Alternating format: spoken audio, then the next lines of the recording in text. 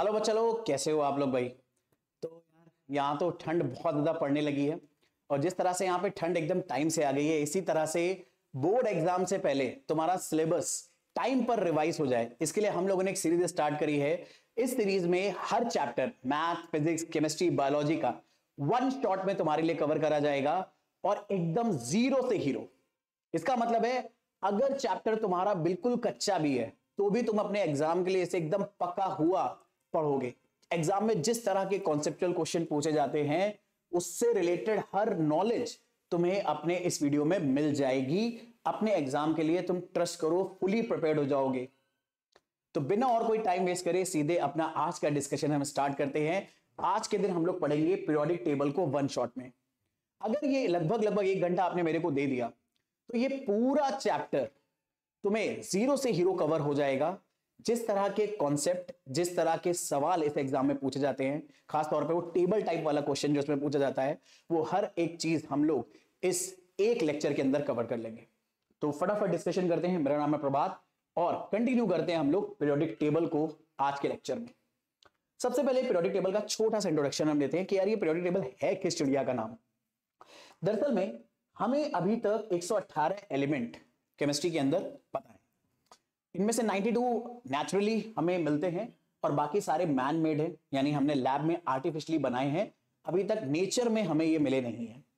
लेकिन इन 118 एलिमेंट्स की प्रॉपर्टीज को अगर इंडिविजुअली स्टडी करा जाए या इन 118 एलिमेंट्स को इंडिविजुअली स्टडी करा जाए तो बहुत ज्यादा हमारे पास चीजें हो जाएंगी पढ़ने के लिए। 118 एलिमेंट हैं। आपके सिलेबस में केमिस्ट्री के शायद 15 चैप्टर हैं और उनको पढ़ने में हमारी हालत खराब हो जाती है। 118 एलिमेंट्स की प्रॉपर्टीज अगर इंडिविजुअली हम लोग पढ़ेंगे और उनसे रिलेटेड कंपाउंड्स की प्रॉपर्टीज इंडिविजुअली पढ़ेंगे तो सिलेबस बहुत हेक्टिक हो जाएगा। इसलिए हमने क्या करा, उनको उनकी सिमिलर प्रॉपर्टीज के बिहाफ पर एक टेबल में अरेंज कर दिया ताकि उनकी प्रॉपर्टीज को पढ़ना और आसान हो जाए। और इस टेबल में जब हमने एलिमेंट्स को अरेंज करा तो एलिमेंट्स हॉरिजॉन्टल रोज में आ गए जिन्हें हम पीरियड बोलेंगे और साथ ही साथ वर्टिकल कॉलम्स में आ गए जिन्हें हम ग्रुप्स बुलाएंगे। और इस टेबल में एक बड़ा सिंपल सा रूल फॉलो होता है। एक ग्रुप में जितने भी एलिमेंट्स आते हैं उनकी प्रॉपर्टीज एक जैसी होती हैं। एक ग्रुप में जितने भी मेंबर्स आएंगे उनकी प्रॉपर्टीज एक जैसी होती हैं। अब इस तरह से हम लोगों ने टेबल को बनाया है एलिमेंट्स की प्रॉपर्टीज का इस्तेमाल करके। तो इसी को हम बोल देते हैं पीरियोडिक टेबल, क्योंकि इसमें एलिमेंट्स की जो प्रॉपर्टीज होती हैं वो एक सर्टेन पीरियड के बाद अपने आप को रिपीट करती हैं। लेकिन ये 118 एलिमेंट हमें एक साथ नहीं मिले थे, कई सालों लगे हैं इन सारे एलिमेंट्स को ढूंढने में। तो इस टेबल को जो आज अपने क्या नाम है बुक में आप देखते हो या पढ़ते हो, उसे डेवलप करने में भी कई साल लगे और अलग अलग साइंटिस्टों के कंट्रीब्यूशन थे। तो हम उन कंट्रीब्यूशंस के बारे में भी बात कर लेते हैं जो इन एलिमेंट्स को क्लासिफाई करने में हमने यूज करे थे। तो वैसे तो बहुत सारे कंट्रीब्यूशन हैं, लेकिन हम मेजरली अपने सिलेबस में 4 कंट्रीब्यूशन पढ़ेंगे: डॉबर्नियर ट्रायड, न्यूलैंड का law of octaves, Mendeleev periodic law and long form of periodic table. अपने सिलेबस में सबसे ज्यादा हम लोग इसी को देखेंगे। अब ये सब इतने पुराने और ऑब्सलीट हो गए हैं कि हमने इन्हें अब बस पढ़ने के लिए रखा है ताकि थोड़ा सा इनको रिस्पेक्ट भी दी जाए, क्योंकि इन्होंने शुरुआत करी थी, ताकि इनकी हिस्ट्री भी हम जान के रखें। लेकिन हम अब काम बस इससे लेते हैं, long form of periodic table से। तो वन बाय वन एक बार पढ़ लेते हैं। डॉबर्नियर ट्रायड क्या है? तो डॉबर्नियर ने एलिमेंट्स को सिमिलर केमिकल प्रॉपर्टीज के बिहाफ पर 3 के ग्रुप में तोड़ा और 3 के ग्रुप में तोड़ने की वजह से इन्हें ट्राइड्स बुलाया गया। तो उन्होंने जैसे मान लो ये 3 एलिमेंट का ग्रुप बनाया, लिथियम, सोडियम और पोटेशियम। तो इसका मतलब है इन तीनों की प्रॉपर्टीज एक जैसी हैं। दूसरा ग्रुप बनाया कैल्शियम, स्ट्रोंटियम, बेरियम। इसका मतलब है इन तीनों की प्रॉपर्टीज एक जैसी है। जितनी सेम नेचर वाले 3 लोगों का ग्रुप आपस में बन जाता है क्लासरूम में अपने आप ही, पढ़ने वालों का आपस में और दूसरे वालों का आपस में, उसी तरह से इन्होंने 3 के ग्रुप बनाए। और इन ग्रुप को जब उन्होंने बनाया और एलिमेंट्स को एटॉमिक मास के इंक्रीजिंग ऑर्डर में रखा तो उन्हें एक पैटर्न नजर आया और उसी पैटर्न को उन्होंने डॉबर्नियर का एक लॉ बना दिया। उन्होंने पैटर्न क्या देखा कि अगर हम 3 के ग्रुप में ऐसे एलिमेंट्स रखे जिनकी प्रॉपर्टीज एक जैसी हैं और एलिमेंट्स को एटॉमिक मास के इंक्रीजिंग ऑर्डर में रखे, तो अगर पहले और आखिरी एलिमेंट के एटॉमिक मास का अरिथमेटिक मीन यानी एवरेज अगर बीच वाले एलिमेंट से मैच कर जाता है तो इनकी प्रॉपर्टीज एक ही जैसी हो जाती है। इसी को उन्होंने लॉ ऑफ ट्रायड बोल दिया कि the atomic mass of the middle element in a triad is the arithmetic mean of the other two. जैसे यहां पर देखो लिथियम का एटॉमिक मास 7 है, पोटेशियम का 39 है और सोडियम का 23 है। तो 7 और 39 का अगर अरिथमेटिक मीन यानी एवरेज निकालोगे तो 23 आता है। तो 7 39 को ऐड करा, 46 2 से डिवाइड करने के लिए एवरेज निकाला, 2 से डिवाइड करके एवरेज निकाला तो 23 आ गया, विच इज सोडियम। तो अगर मिडिल वाले एलिमेंट का एटॉमिक मास बाकी दोनों का अरिथमेटिक मीन आएगा तो इनकी प्रॉपर्टीज एक जैसी आएंगी, इनको आप एक ग्रुप में रख सकते हो। तो इस तरह से रॉबिन ने 3-3 के ग्रुप में एलिमेंट्स को रखा। तो ये एलिमेंट्स को क्लासिफाई करने का दरअसल में सबसे पहला स्टेप था। डॉबर्नियर was the very first scientist जिन्होंने दुनिया को यह बताया कि एलिमेंट्स को उनके एटॉमिक मास और केमिकल प्रॉपर्टीज के बिहाफ पर आपस में अरेंज करा जा सकता है। तो इसका मतलब है डॉबर्नियर ही वो थे जिन्होंने आपके सिलेबस को बढ़ा दिया। भाई फालतू में इतना दिमाग लगा के चीजें बना दी, अब उनके चक्कर में हमें पढ़ना पड़ रहा है, लेकिन पढ़ना पड़ रहा है। कंटिन्यू करते हैं आगे। लेकिन डॉबर्नियर के ट्रायड लॉ में कुछ फॉल्ट थे। फॉल्ट क्या थे? दरअसल में डॉबर्नियर उस टाइम पे ना बहुत सारे एलिमेंट्स नोन थे, 40 के अराउंड लगभग, लेकिन डॉबर्नियर सबको 3-3 ग्रुप में अरेंज नहीं कर पाए। तो डॉबर्नियर का लॉ बहुत सक्सेसफुल नहीं था, लेकिन हाँ उन्होंने नए रास्ते खोल दिए बाकी आने वाले साइंटिस्टों के लिए कि भैया अब तुम इससे बेटर बनाओ। तो इससे बेटर बनाया न्यूलैंड ने। उन्होंने क्या करा, एलिमेंट्स को एटॉमिक मास के इंक्रीजिंग ऑर्डर में एक के बाद एक रो में रखना शुरू करा। और जैसे वो रो में रखते गए उन्हें थोड़ी देर बाद रियलाइज हुआ कि कुछ ऐसे एलिमेंट हैं जिनकी प्रॉपर्टीज रिपीट होने लगी, तो उन्होंने रो को चेंज कर दिया। जैसे पहले उन्होंने लिथियम रखा, फिर बेरिलियम, फिर बोरॉन, फिर कार्बन, फिर नाइट्रोजन, फिर ऑक्सीजन। लेकिन जब फ्लोरीन और सोडियम को रखने का नंबर आया तो उन्हें रियलाइज हुआ कि यार सोडियम की प्रॉपर्टी तो लिथियम से मैच करती है, तो अगर मैं आगे भी लिखता चला जाऊंगा तो सेम प्रॉपर्टीज वाले एलिमेंट अगर सेम जगह पर आ जाए तो बड़ा ही मजा ही आ जाए। तो मजे करने के लिए उन्होंने क्या करा, अब रो को चेंज कर दिया। फ्लोरीन हाइड्रोजन के नीचे आ गया क्योंकि फ्लोरीन और हाइड्रोजन की प्रॉपर्टीज एक जैसी हैं, और सोडियम और लिथियम एक दूसरे के ऊपर नीचे आ गए क्योंकि इनकी प्रॉपर्टीज एक जैसी हैं। तो एलिमेंट्स को जब एटॉमिक मास के इंक्रीजिंग ऑर्डर में वो रखते गए तो सिमिलर प्रॉपर्टीज वाले एलिमेंट्स अपनी जगह पर आए, इसके लिए उन्होंने रो चेंज करना शुरू करा। और जैसे उन्होंने रो चेंज करना शुरू करा उन्हें एक बड़ी कमाल का पैटर्न नजर आ गया। और वो पैटर्न कुछ ऐसा था कि तुम किसी भी एलिमेंट से अगर काउंटिंग करना स्टार्ट करो तो उसकी जैसी प्रॉपर्टी शो करने वाला एलिमेंट उससे 8वें नंबर पे आ रहा है। जैसे मान लो आप हाइड्रोजन से शुरू करो तो 1 2 3 4 5 6 7 8, फ्लोरीन 8वें नंबर पे आ रहा है। लिथियम से शुरू करो 1 2 3 4 5 6 7 8, सोडियम 8वें नंबर पे आ रहा है। तो यहां से यह पता चल गया उनको कि अगर एलिमेंट को एटॉमिक मास के इंक्रीजिंग ऑर्डर में रखा जाए तो हर 8वें एलिमेंट की प्रॉपर्टीज उससे पिछले 8वें एलिमेंट से मैच कर जाएगी।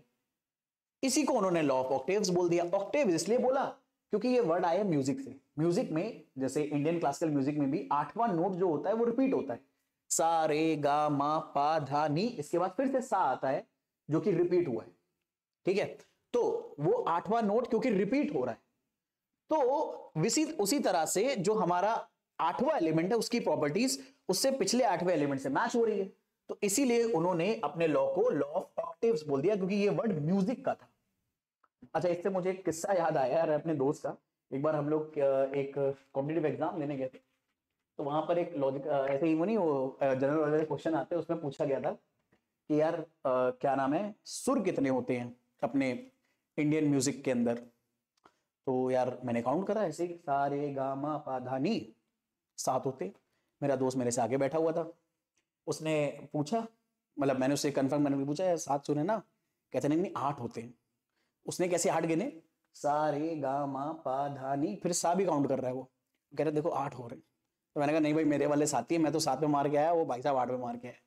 तो कई बार तुम्हारा दोस्त ज्यादा दिमाग लगा देता है, इसलिए भैया नकल भी बड़े अकल से करना अगर करना तो यहीं से उन्होंने बना दिया न्यूलैंड लॉ ऑफ ऑक्टेव्स। क्या है न्यूलैंड लॉ ऑफ ऑक्टेव, मुझे उम्मीद है आपको पकड़ में आ गया है। अच्छा, इसकी डेफिनेशन वगैरह याद रखना, काफी काम की होती है। लेकिन क्या ये दरअसल में बहुत सक्सेसफुल पैटर्न था या टेबल था एलिमेंट्स को क्लासिफाई करने का? तो आंसर है नहीं, क्योंकि Newland law of octave calcium तक तो काम करता था लेकिन उसके आगे फेल हो जाता था, क्योंकि क्रोमियम की प्रॉपर्टीज एल्यूमिनियम से मैच नहीं करती थी, टाइटेनियम की प्रॉपर्टी सिलिका से मैच नहीं करती थी, मैग्नीज की फास्फोरस से। अगर न्यूलैंड थोड़ा सा दिमाग लगाते जो मेंडलीफ ने इसके बाद लगाया था तो शायद इनकी टेबल और बेटर बन जाती। और जितना श्रेय केमिस्ट्री के अंदर मेंडलीफ को मिलता है पीरियोडिक टेबल को डेवलप करने का, इनको भी मिल सकता था। और वो ये चीज थी ये कि यार जब क्रोमियम की प्रॉपर्टी एल्युमिनियम से मैच कर नहीं रही है तो तुम उसे रख क्यों रहे हो वहां पे, कहीं और रखो भाई। लेकिन उनको ऐसा लगा कि यार कैल्शियम के बाद तो क्रोमियम का ही एटॉमिक मास हमें पता है, तो कायदे से तो क्रोमियम को यहीं पे आना चाहिए। उन्होंने ये दिमाग नहीं लगाया बिल्कुल भी कि यार हो सकता है इस जगह पे जो एलिमेंट आने वाला हो वो अभी हमने डिस्कवर ही ना करा। वो ये मान के बैठ गए कि जितने एलिमेंट हमने डिस्कवर कर डाले हैं शायद। तो कभी कभी साइंटिस्ट लोग भी बहुत ज्यादा जिनके पास दिमाग होता है कई बार बहुत बेसिक चीज भी मिस कर जाते हैं और कोई दूसरा उसे पकड़ के एक नया लॉ बना देता है उससे बेटर। और मेंडलीफ ने यही करा, इसी के बारे में डिस्कस करेंगे। तो दरअसल में न्यूलैंड के अपने क्या नाम है पीरियोडिक टेबल के कुछ फ्लॉज थे। फिर मेंडलीफ ने अपनी एक टेबल बनाई और नोटिस करो, देखो इन्होंने एल्युमिनियम के नीचे जगह खाली छोड़ दी है, ऐसे सिलिका के नीचे जगह खाली छोड़ दी है। तो ये जगह उन्होंने इसलिए खाली छोड़ी थी मेरे बच्चे क्योंकि यहां पर जो एलिमेंट आने चाहिए थे या एल्युमिनियम और सिलिका से सेम प्रॉपर्टी मैच करने वाले जो एलिमेंट्स आने चाहिए थे वो उस टाइम पर डिस्कवर ही नहीं हुए थे। तो अगर वो वेनेडियम या क्रोमियम को यहां धर देते तो दिक्कत ये होती कि टेबल उनके रूल्स को फॉलो ही ना करती। तो इसलिए मेंडलीफ की पीरियोडिक टेबल ज्यादा सक्सेसफुल मानी गई क्योंकि मेंडलीफ ने दुनिया को यह बताया कि भैया अभी ना जब मैंने टेबल बनाई है अपने रूल्स को फॉलो करते हुए तो इस टेबल में कुछ ऐसी जगहें हैं जो खाली पड़ी हैं और ये खाली जगह है ये बता रही हैं कि अभी ये एलिमेंट डिस्कवर होना बाकी है और अगर ये एलिमेंट डिस्कवर हुआ फ्यूचर में कभी तो गारंटी है कि वो इसी जगह पर आएगा। और ऐसा हुआ भी। दरअसल में मेंडलीफ की पीरियोडिक टेबल का और संस्कृत से एक बड़ा ही गहरा नाता है। कैसा गहरा नाता है मैं बताता हूं। दरअसल में यहां पर जो जगह खाली है ना वो एलिमेंट एल्युमिनियम की तरह प्रॉपर्टी मैच करने वाला है। तो उन्होंने इस खाली जगह पे आने वाले एलिमेंट का नाम दिया एका एल्युमिनियम। अब जिनको संस्कृत थोड़ी बहुत भी पता है उन्हें पता है एका का मतलब होता है सिमिलर, इसके जैसा। तो एका एल्युमिनियम मतलब एल्युमिनियम के जैसा। तो उन्होंने बोला कि यहां पर एक एटम आने वाला है जो एल्युमिनियम के जैसा है। मतलब मेंडलीफ तक को संस्कृत का मतलब थोड़ा ज्ञान था कि उन्होंने मतलब थोड़ा सा वजन देने के, थोड़ी सी ग्रेविटी देने के लिए यहां पर इस्तेमाल करा एका एल्युमिनियम वर्ड। और यहां पर सिलिका के नीचे आने वाला है तो उसको नाम दिया एका सिलिका या एका सिलिकन, कि सिलिका के जैसा दिखने वाला। अच्छा, मेंडलीफ ने ये जो टेबल बनाई है ये दो चीजों के बिहाफ पर बनाई थी। उन्होंने एलिमेंट्स के ऑक्साइड के फॉर्मूले, हाइड्राइड के फॉर्मूले और केमिकल प्रॉपर्टीज को स्टडी करा। सिमिलर प्रॉपर्टीज वाले एलिमेंट को उन्होंने एक एक जगह रखना शुरू करा और जब वो ऐसा करते गए और एलिमेंट को एटॉमिक मास के इंक्रीजिंग ऑर्डर में रखते चले गए तो उन्हें एक बात रियलाइज हुई कि एक सर्टेन नंबर ऑफ एलिमेंट के बाद एलिमेंट अपनी प्रॉपर्टीज को रिपीट कर रहे थे। जैसे लिथियम, बेरिलियम, बोरॉन और कार्बन, नाइट्रोजन, ऑक्सीजन, फ्लोरीन के बाद सोडियम अपनी प्रॉपर्टी रिपीट कर रहा था। ऐसे ही फिर इसके बाद sodium, magnesium, aluminium, silica, phosphorus, sulphur, chlorine के बाद पोटेशियम अपनी प्रॉपर्टी रिपीट कर रहा था सोडियम और लिथियम से। तो उन्होंने नोटिस करा एक सर्टेन इंटरवल के बाद अगर हम एलिमेंट को एटॉमिक मास के इंक्रीजिंग ऑर्डर में रखें तो एलिमेंट अपनी प्रॉपर्टी रिपीट करता है, जिसके चक्कर में हमें बार बार हॉरिजॉन्टल रोज को चेंज करना पड़ेगा। तो इसी को उन्होंने दरअसल में एक पीरियोडिक लॉ बना दिया। तो मेंडलीफ का पीरियोडिक लॉ ये कहता है कि एलिमेंट्स की जो फिजिकल और केमिकल प्रॉपर्टीज होती हैं ये इनके एटॉमिक मास का पीरियोडिक फंक्शन है। पीरियोडिक फंक्शन का मतलब ये है कि अगर आप एलिमेंट को एटॉमिक मास के इंक्रीजिंग ऑर्डर में रखोगे तो एक सर्टेन इंटरवल के बाद प्रॉपर्टीज रिपीट होंगी और क्योंकि प्रॉपर्टीज रिपीट होंगी तो हमें इस हॉरिजॉन्टल रो का नंबर चेंज करना पड़ेगा और इन हॉरिजॉन्टल रोज को हम बोलेंगे पीरियड और वर्टिकल कॉलम्स को बोलेंगे ग्रुप्स। तो एलिमेंट का मेंडलीफ का ये था पीरियोडिक लॉ और जो संस्कृत कनेक्शन है वो भी मैंने आपको बता दिया। लेकिन मेंडलीफ की पीरियोडिक टेबल के भी कुछ फ्लॉज थे।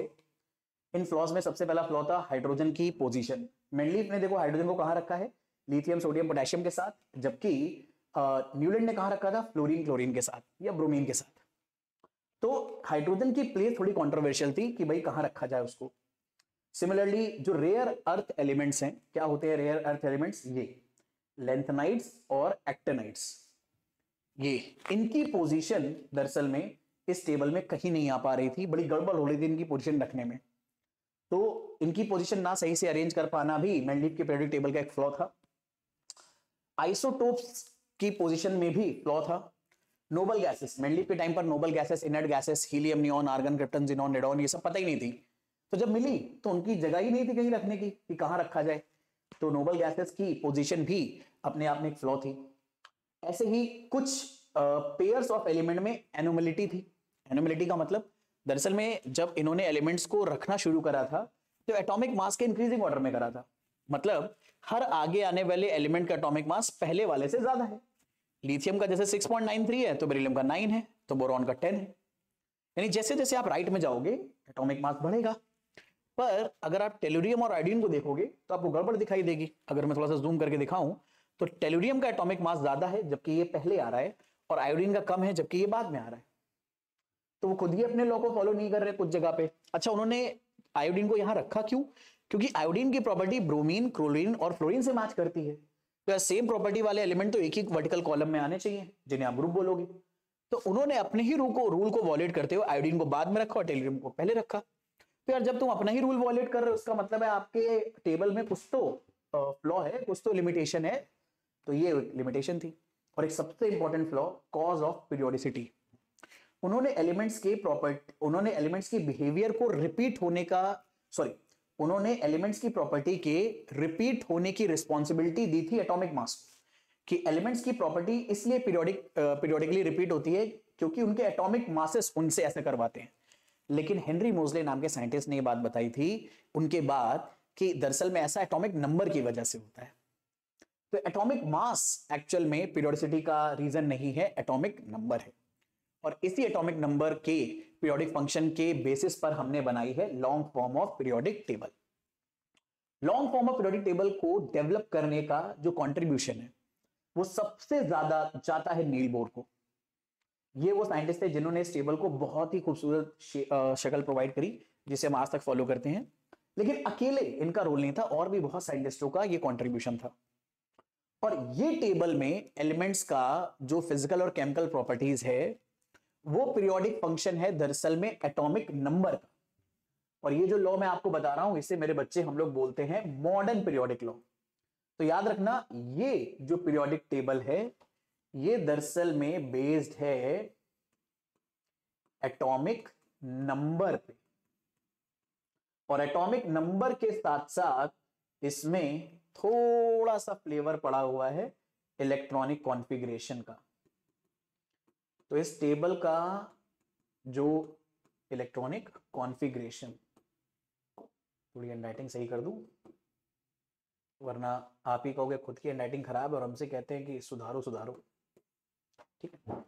तो this is based on atomic number, और इसके लिए जो लॉ है वो बिल्कुल लॉ आप मेंडलीव के पीरियोडिक लॉ की तरह ही बोलोगे, बस periodic function of their atomic number बोलोगे और इसे बोलेंगे मॉडर्न पीरियोडिक लॉ। तो the physical and chemical properties of element are periodic function of their atomic mass, Mendeleev periodic law है। और एटॉमिक मास की जगह एटॉमिक नंबर लिख दिया तो इसे बोलते हैं मॉडर्न पीरियोडिक लॉ। और ये दिया था हेनरी मोजले ने, और उससे फिर हमने ये टेबल बनाई है बहुत अच्छे से। अब इसी टेबल के बारे में थोड़ा सा हमें डिटेल में डिस्कशन करना है, बट क्योंकि इस टेबल में एटॉमिक नंबर का रोल है तो पहले थोड़ा इसके बारे में जान लेते हैं कि एटॉमिक नंबर क्या चीज होती है।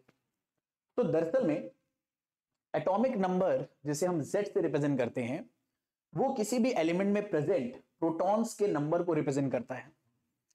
तो अगर जैसे आपको पता है सोडियम का सिंबल जब हम लिखते हैं तो ऐसे लिखते हैं, तो इस नंबर में नीचे जो इस सिंबल में नीचे जो नंबर लिखा है इसे बुलाया जाता है मेरे बच्चे एटॉमिक नंबर। और ये एटॉमिक नंबर किसी भी एलिमेंट के न्यूक्लियस में प्रेजेंट नंबर ऑफ प्रोटॉन्स बताता है, और अगर ये एटम न्यूट्रल है तो इसमें नंबर ऑफ इलेक्ट्रॉन्स भी बताता है।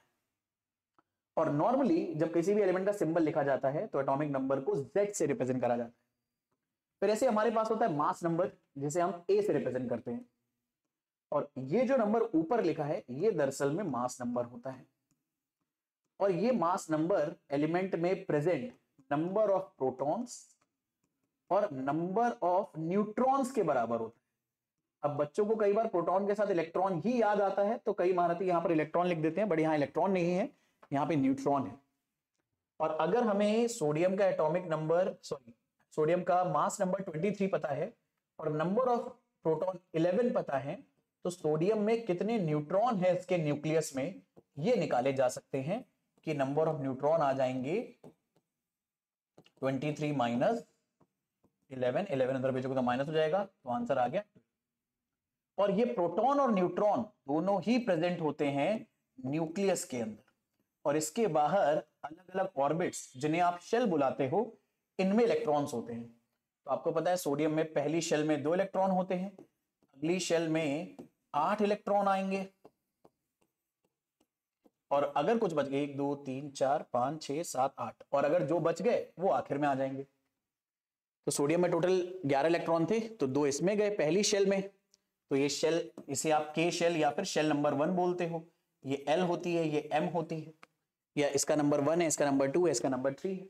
तो ये एक एटम का रफ स्ट्रक्चर होता है। न्यूक्लियस में प्रोटॉन और न्यूट्रॉन है, प्रोटॉन और न्यूट्रॉन के नंबर का सम मास नंबर बनाता है, और इलेक्ट्रॉन्स अलग अलग शेल्स में रिवॉल्व करते हैं, और एटम में नंबर ऑफ प्रोटॉन और नंबर ऑफ इलेक्ट्रॉन बराबर होते हैं, तभी एटम इलेक्ट्रिकली न्यूट्रल होता है। प्रोटॉन और इलेक्ट्रॉन चार्ज पार्टिकल होते हैं, प्रोटॉन पे पॉजिटिव, इलेक्ट्रॉन पे नेगेटिव चार्ज होता है। तो ये सब बातें हम लोगों को बेसिक सी पता थी। बाकी अगर इस पीरियोडिक टेबल में जिक्र करा जाए एलिमेंट्स को सेगमेंटाइज करने का, तो इस पीरियोडिक टेबल में जो एलिमेंट्स हैं उन्हें मेजर 3 कैटेगरी में आप तोड़ सकते हो, मेटल, नॉन मेटल और मेटलॉइड्स। इस पीरियोडिक टेबल के most of the left part पे आपको मेटल्स मिलेंगे। ये जो आपको लाइट ऑरेंज कलर दिख रहा है, इस लाइट ऑरेंज कलर के लेफ्ट में जितनी भी एलिमेंट्स लिखे हैं ये सब मेटल्स हैं, और इन लाइट ऑरेंज के राइट में जितने भी एलिमेंट्स लिखे हैं ये सब नॉन मेटल हैं। सल्फर नॉन मेटल है, क्लोरीन नॉन मेटल है, हीलियम, नियॉन, फ्लोरीन, ऑक्सीजन, ये सब नॉन मेटल हैं। ठीक है, zinc, copper, nickel, iron, chromium, magnesium, sodium, potassium, calcium, ये सब मेटल हैं। तो इस long form of periodic table के लेफ्ट में ज्यादातर चीजें मेटल हैं, ज्यादातर क्या, लेफ्ट में जो चीजें हैं वो मेटल है। इस डायगोनल के राइट में जितनी भी चीजें हैं वो सब नॉन मेटल्स हैं, और बीच में ये जो आपको डायगोनल दिख रहा है लाइट ऑरेंज कलर में जितने भी एलिमेंट हैं ये मेटलॉइड्स हैं। मेटलॉइड्स का मतलब इनकी प्रॉपर्टीज मेटल से भी मैच करती है और नॉन मेटल से भी मैच करती है। तो ये वाली बात भी याद रखना कि यार मेटलॉइड कौन कौन से हमारे पास, तो सिलिका है, जर्मेनियम है, ऑर्सेनिक है, ये ज्यादातर आपसे पूछे जाते हैं। और उसके राइट में आपके पास नॉन मेटल्स हैं, phosphorus, nitrogen, oxygen, carbon, fluorine. अच्छा, कई सारी बुक्स में बोरॉन को भी नॉन मेटल ही बोरॉन को भी मेटलॉइड कंसिडर करा गया है। तो मुझे उम्मीद है ये छोटा सा आइडिया आपको समझ में आया। अब एक बात बताओ, अगर मैं इस पीरियोडिक टेबल में लेफ्ट टू राइट जाऊं तो क्या मैं बोल सकता हूं कि जैसे जैसे मैं लेफ्ट से राइट जाऊंगा हमारे पास मेटल से धीरे धीरे हमें मेटलॉइड होते हुए नॉन मेटल मिलना शुरू हो जाएंगे? तो ये बात तो गलत नहीं होगी। चाहे आप किसी भी पीरियड में जाओ, पहले पीरियड में भी जाओगे तो अगर मान लो बोरॉन को हम मेटलॉइड माने तो पहले मेटल मिलेंगे, फिर मेटलॉइड, फिर आगे नॉन मेटल। और नोटिस करो एक बढ़िया सवाल आ गया मेरे दिमाग में यार, जो उम्मीद है पूछा जा सकता है। ठीक है, कॉम्पिटेंसी बेस्ड क्वेश्चन ये पूछा जा सकता है, अभी भी क्लिक हुआ है, बहुत इंपॉर्टेंट। दरअसल में अगर आप नोटिस करो तो ये जो दूसरा पीरियड है जिसमें आपको लिथियम और बेरिलियम मेटल मिल रहे हैं, और बोरॉन अगर मेटलॉइड मान लें तो इसके आगे जितने भी हैं ये सब नॉन मेटल हैं। तो इस पीरियड में अगर आप ध्यान से देखो तो ज्यादातर एलिमेंट नॉन मेटल हैं, बहुत ही कम हमारे पास मेटल है। इसके आगे वाले में सोडियम, मैग्नीशियम और एल्युमिनियम मेटल है, फास्फोरस, सल्फर, क्लोरीन और ऑर्गन नॉन मेटल है, और सिलिका मेटलॉइड है। तो क्वेश्चन ये बन सकता है कि यार वो कौन सा पीरियड है जिसमें मेटल कम है और नॉन मेटल ज्यादा है? तो वो है सेकेंड पीरियड। बन गया एक बढ़िया क्वेश्चन। तो अगर आप पैटर्न याद रखोगे, चीजें याद रखोगे, तो उस पर कैसा भी कॉम्पिटेंसी बेस्ड क्वेश्चन आए मेरे भाई बना ले जाओगे तुम। और ये मेरी गारंटी है कि मैं सारी इंफॉर्मेशन तुम्हें दूंगा, बस नोट्स साथ में बनाते चलो। और हालांकि ये नोट्स भी आपको मैं दे सकता हूं, लेकिन यार मेरी एडवाइस ये है कि नोट्स खुद से बनाते चलो, जितनी आप हार्डवर्क डालोगे उतना आपके लिए बेटर है। बाकी हम तो प्रोवाइड करने की कोशिश करेंगे। ठीक है, अब पीरियड्स के बारे में जान ले, पीरियड्स क्या होते हैं। तो दरअसल में जब भी पीरियोडिक टेबल बनती है तो ये जो हॉरिजॉन्टल रोज है इन्हें हम पीरियड्स बोलेंगे। इतनी देर से मैं ये बोल रहा हूं। तो ये पहला पीरियड हो गया, ये दूसरा, ये तीसरा, ये चौथा, ये पांचवा, ये छठा और ये सातवां। और किसी भी पीरियड में जो एलिमेंट्स होंगे, पीरियड नंबर उस एलिमेंट के नंबर ऑफ शेल्स को रिप्रेजेंट करेगा जो उसके एटम में है। कहने का मतलब फर्स्ट पीरियड में अगर हम एटम्स के बारे में बात करें तो हाइड्रोजन और हीलियम होते। तो हाइड्रोजन के एटम में क्योंकि ये फर्स्ट पीरियड में है तो एक ही शेल होगी। और अब नोटिस करो ऐसा है भी, हाइड्रोजन एटॉमिक नंबर 1 होता है, इसका एक इलेक्ट्रॉन इसके फर्स्ट शेल में भरा होता है। तो किसी भी एलिमेंट का पीरियड नंबर उसके एटम के अंदर नंबर ऑफ शेल्स को रिप्रेजेंट करता है। तो यानी अगर कोई एलिमेंट थर्ड पीरियड में है तो इसका मतलब है उसके एटम में 3 शेल्स होंगे जिसमें इलेक्ट्रॉन भरे होंगे। जैसे सोडियम थर्ड पीरियड में आ रहा है तो आप नोटिस करो इसके एटम में 3 शेल थी, फर्स्ट, सेकेंड और थर्ड। तो ये बात यहां पर मेंशन है कि पीरियड में, दरअसल में पीरियड हमें डिटरमाइन करने में हेल्प करता है number of shells in atom of that element. तो अगर कोई एलिमेंट फिफ्थ पीरियड में है, अब फिफ्थ पीरियड में बहुत सारे एलिमेंट आएंगे, तो चाहे आप कोई भी एलिमेंट पकड़ लो, उसमें क्योंकि वो फिफ्थ पीरियड में है तो उसके पास, उसके एटम में 5 शेल होंगी। अगर कोई 7 पीरियड में है तो उसके पास 7 शेल होंगी। तो एक पीरियड में जितने भी एलिमेंट्स होते हैं सब में नंबर ऑफ शेल्स बराबर होती हैं। बाकी अगर पीरियड्स के कुछ और बातें, कुछ पीरियड्स के बारे में कुछ और बातें करी जाए तो जो पहला पीरियड है उसमें सिर्फ 2 एलिमेंट है, हाइड्रोजन और हीलियम, और इसे बुलाया जाता है शॉर्टेस्ट क्योंकि इसमें नंबर ऑफ एलिमेंट सबसे कम है। इसके बाद सेकेंड और थर्ड पीरियड में मेरे बच्चे 8 एलिमेंट है, और सेकेंड और थर्ड पीरियड में क्योंकि 8 एलिमेंट हैं इसीलिए हम इसे बुलाते हैं शॉर्ट पीरियड, क्योंकि 2 से तो ज्यादा ही है। तो सेकेंड और थर्ड में 8 एलिमेंट है, शॉर्ट पीरियड बुलाओगे। जैसे ही आप पहुंचोगे फोर्थ और फिफ्थ में, उसमें 18 एलिमेंट है। ये फर्स्ट पीरियड, ये सेकेंड, ये थर्ड, इनमें 8 एलिमेंट है। फोर्थ और फिफ्थ में 18 एलिमेंट है, यानी यहां से लेकर यहां तक 10 एलिमेंट होते हैं, यहां 2 एलिमेंट होते हैं, और आखिर में 6 एलिमेंट होते हैं। इसमें ना एक कॉलम कम है, एक और बनना चाहिए था। 1 2 3 4 5 6, हाँ ये इस तरह से। तो अगर यहां 2 हैं, यहां 6 हैं, तो 8 तो ये हो गए, बीच वाले 10 और हो गए। ठीक है, तो ये बस ऐसे, मतलब ये बस पिक्टोरियल रिप्रेजेंटेशन है। इसमें नंबर ऑफ एलिमेंट एग्जैक्टली हमने डब्बों के बराबर नहीं ली, जितने मैंने लिखे हैं वो लेना, 2 इसमें, 10 इसमें और 6 आगे, क्योंकि बाकी टेबल में आपको सही देखने को मिलेगा। 2 इधर, 1 2 3 4 5 6 7 8 9 10 इधर, 1 2 3 4 5 6 इधर। ये बस पिक्टोरियल रिप्रेजेंटेशन है। ठीक है, इन्हें बुलाते हैं लॉन्ग पीरियड्स। तो अगर कोई पूछता है लॉन्ग पीरियड्स कौन सा है, तो 4 और 5th है। फिर अगला आता है मेरे बच्चे 6 पीरियड एंड 7 पीरियड, जो कि सबसे लॉन्गेस्ट है। अच्छा, दरअसल में ना बहुत सारी बच्चे जो पुरानी बुक्स फॉलो करते हैं अपने भाइयों बहनों की या कजन्स की, अगर वो पुरानी बुक्स फॉलो कर रहे हैं तो कई जगह पर पुरानी बुक्स में ये बात मेंशन है कि जो 7th पीरियड है वो इनकम्प्लीट है, और इसी चक्कर में मैंने यहां पे लिख दिया है, हालांकि ये गलत इंफॉर्मेशन है। क्यों? क्योंकि अब ना हमें सारे एलिमेंट्स पता चल चुके हैं 7 पीरियड तक के। तो 7 पीरियड में भी 32 एलिमेंट भरे जा चुके हैं पूरा। ये 7 पीरियड भी पूरा भरा जा चुका है। पहले दरअसल में ना ये कुछ एलिमेंट थे जो भरे नहीं थे। ये लगभग 2020 के आसपास सारे एलिमेंट डिस्कवर हुए, यहाँ से 4 साल पहले। तो जिन भी स्टूडेंट्स के पास 4 साल से कोई पुरानी बुक अवेलेबल है, वहां पर सब जगह ये लिखा हुआ है कि दरअसल में 7 पीरियड दरअसल में इनकम्प्लीट है। नहीं, अब कंप्लीट हो चुका है, ये वाली बात याद रखना। और एग्जाम में क्वेश्चन आए तो आप कंप्लीट का ही आंसर लिख कर आना, निश्चिंत होकर। ये मत बोलना अरे सर हमारी वाली किताब में तो वो लिखा हुआ है। नहीं नहीं नहीं नहीं, बिल्कुल नहीं।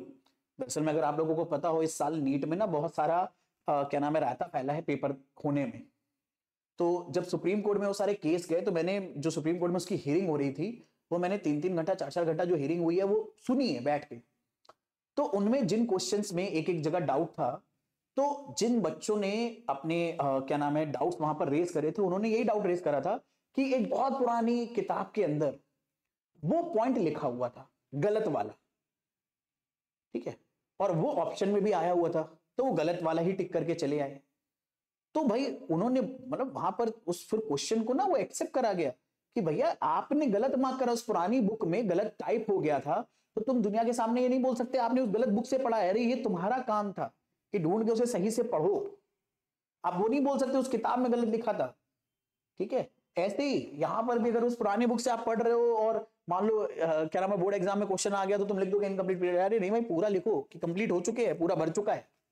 ठीक है, तो इसीलिए जो बात सही है आपको उसको ही आगे यूज करना है। तो ये पीरियड की कहानी होगी। लॉन्गेस्ट पीरियड में हो गए 6 और 7, जिनमें 32 एलिमेंट है, और 4th और 5th में 18 एलिमेंट है। ठीक है, तो ऐसे ही क्वेश्चन अगर आ जाए अब क्वेश्चन ये आपके एग्जाम का ही या किसी टेक्स्ट बुक का ही है कि state the number of elements in period 1। तो पीरियड 1 शॉर्टेस्ट पीरियड है, 2 एलिमेंट है। पीरियड 2 में 8 एलिमेंट है, पीरियड 3 में भी 8 एलिमेंट है। तो पीरियड 8 को बुलाते हैं मेरे बच्चे शॉर्ट पीरियड, और पीरियड 2 को क्या बुलाते हैं, शॉर्टेस्ट। 4 और 5 वाले क्या हो गए, लॉन्ग, उनमें 18 एलिमेंट, और 5th और 6th हो गए, सॉरी 6th और 7th हो गए लॉन्गेस्ट, उनमें 32 एलिमेंट्स। ठीक है, चले बाकी ग्रुप्स के बारे में अगर बात करें जाए तो long form of periodic table में जो वर्टिकल कॉलम्स होते हैं इन्हें ग्रुप बोलते हैं। ये ग्रुप नंबर 1 है, ये ग्रुप नंबर 2 है, ये ग्रुप नंबर 3 है, ये ग्रुप नंबर 4 है, ये ग्रुप नंबर 5 है। तो ये जितने भी एलिमेंट्स होंगे ये ग्रुप 5 के बोले जाएंगे। Similarly 6, 7, 8, 9, 10, 11, 12, 13, 14, 15, 16, 17 and 18। तो यार काउंटिंग मैंने आपको करवा दी, आप समझ ही गए होंगे कि आपके पास यहां पर टोटल 18 ग्रुप्स हैं, और एक वर्टिकल कॉलम में जितने भी एलिमेंट्स हैं वो सेम ग्रुप को बिलोंग करेंगे। तो 18 ग्रुप में ये सारे एलिमेंट आएंगे जो यहां पे लिखे हैं, जो कि नोबल गैसेस। अब इनके बारे में और डिटेल में बात करेंगे। और ग्रुप नंबर कैसे डिटरमाइन होता है, ग्रुप नंबर डिटरमाइन होता है आउटर मोस्ट शेल में कितने इलेक्ट्रॉन है। जैसे एग्जांपल के तौर पे ये जो पहला ग्रुप है इसमें जो एलिमेंट आते हैं वो आते हैं, पहले ग्रुप में एलिमेंट आते हैं lithium, sodium, potassium, rubidium, caesium और फ्रांसियम। इन सबको फर्स्ट ग्रुप में इसलिए डाला गया है क्योंकि अगर आप इनका इलेक्ट्रॉनिक कॉन्फ़िगरेशन लिखोगे तो इन सबके आउटर मोस्ट शेल में एक एक इलेक्ट्रॉन आता है, सब में। जैसे मैं लिखता चला जा रहा हूं आपके लिए, तो सोडियम के भी आउटर मोस्ट शेल में एक इलेक्ट्रॉन है, लिथियम के भी आउटर मोस्ट शेल में एक इलेक्ट्रॉन है, पोटेशियम के भी आउटर मोस्ट शेल में एक इलेक्ट्रॉन है, और ये सब मैंने इनके एटॉमिक नंबर लिखे हैं। तो मैं अब आगे लिखकर टाइम नहीं वेस्ट कर रहा, यही चीज रुबिडियम भी फॉलो करेगा, सीजियम भी और फ्रांसियम भी। तो जैसे पीरियड नंबर में, पीरियड नंबर उस पीरियड में प्रेजेंट हर मेटल के अंदर कितने नंबर ऑफ शेल्स हैं उसके एटम में वो बताता है। ग्रुप नंबर वैलेंस शेल में कितने इलेक्ट्रॉन है ये बताता है। तो ग्रुप नंबर अगर 1 है तो वैलेंस शेल में 1 इलेक्ट्रॉन है, ग्रुप नंबर अगर 2 है तो वैलेंस शेल में 2 इलेक्ट्रॉन है। हाँ, यहां पर कैच कहां आता है, यहां पर कि ग्रुप नंबर 13 तो है भले चाहे यहां पर, लेकिन वैलेंस शेल में इलेक्ट्रॉन 3 होंगे। जो इसका यूनिट डिजिट का नंबर है वो इनके वैलेंस शेल में इलेक्ट्रॉन होंगे। बस ये एक कैच है, इसे याद रखना।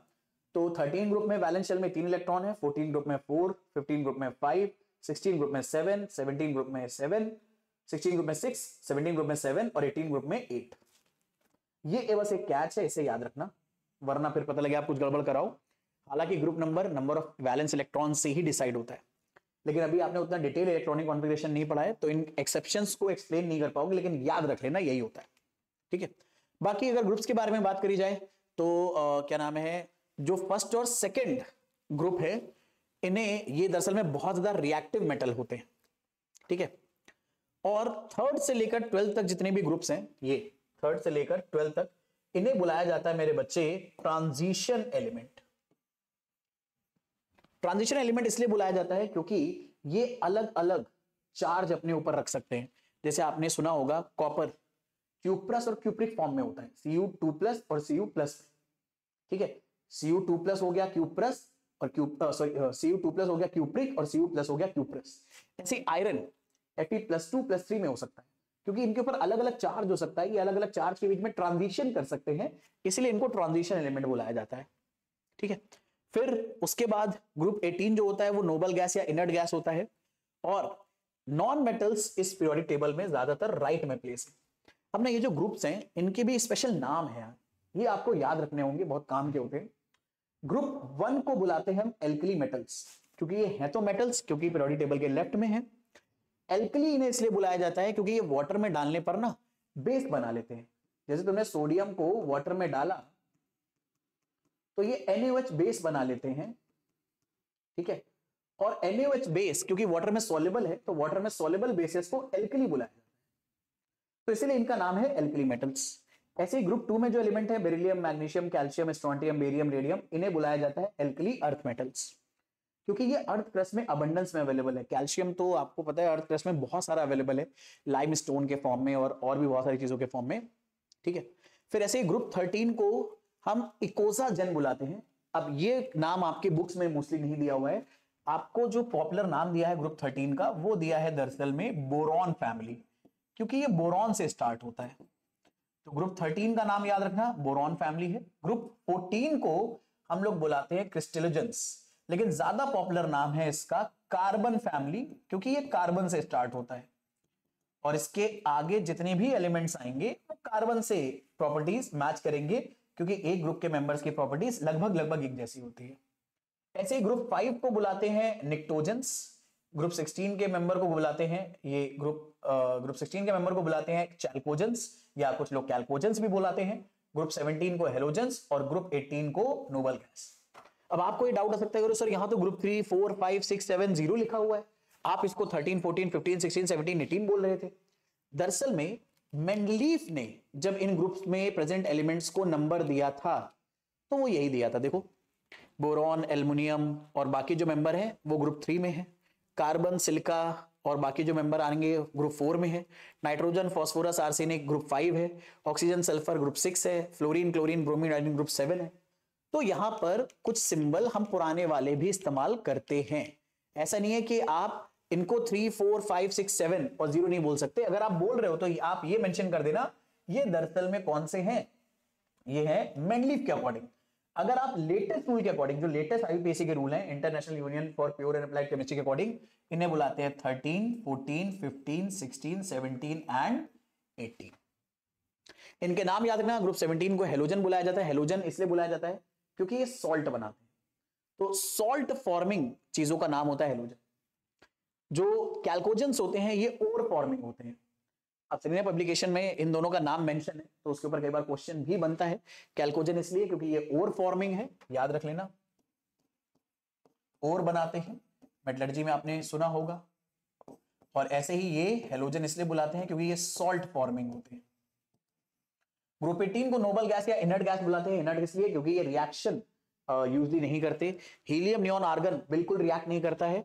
क्रिप्टन जिनॉन जबरदस्ती अगर रिएक्शन कराना चाहोगे तो फ्लोरीन और ऑक्सीजन के साथ थोड़ा बहुत कर लेता है, बाकी किसी के साथ नहीं करेगा, उसके बड़े नखरे हैं, ठीक है।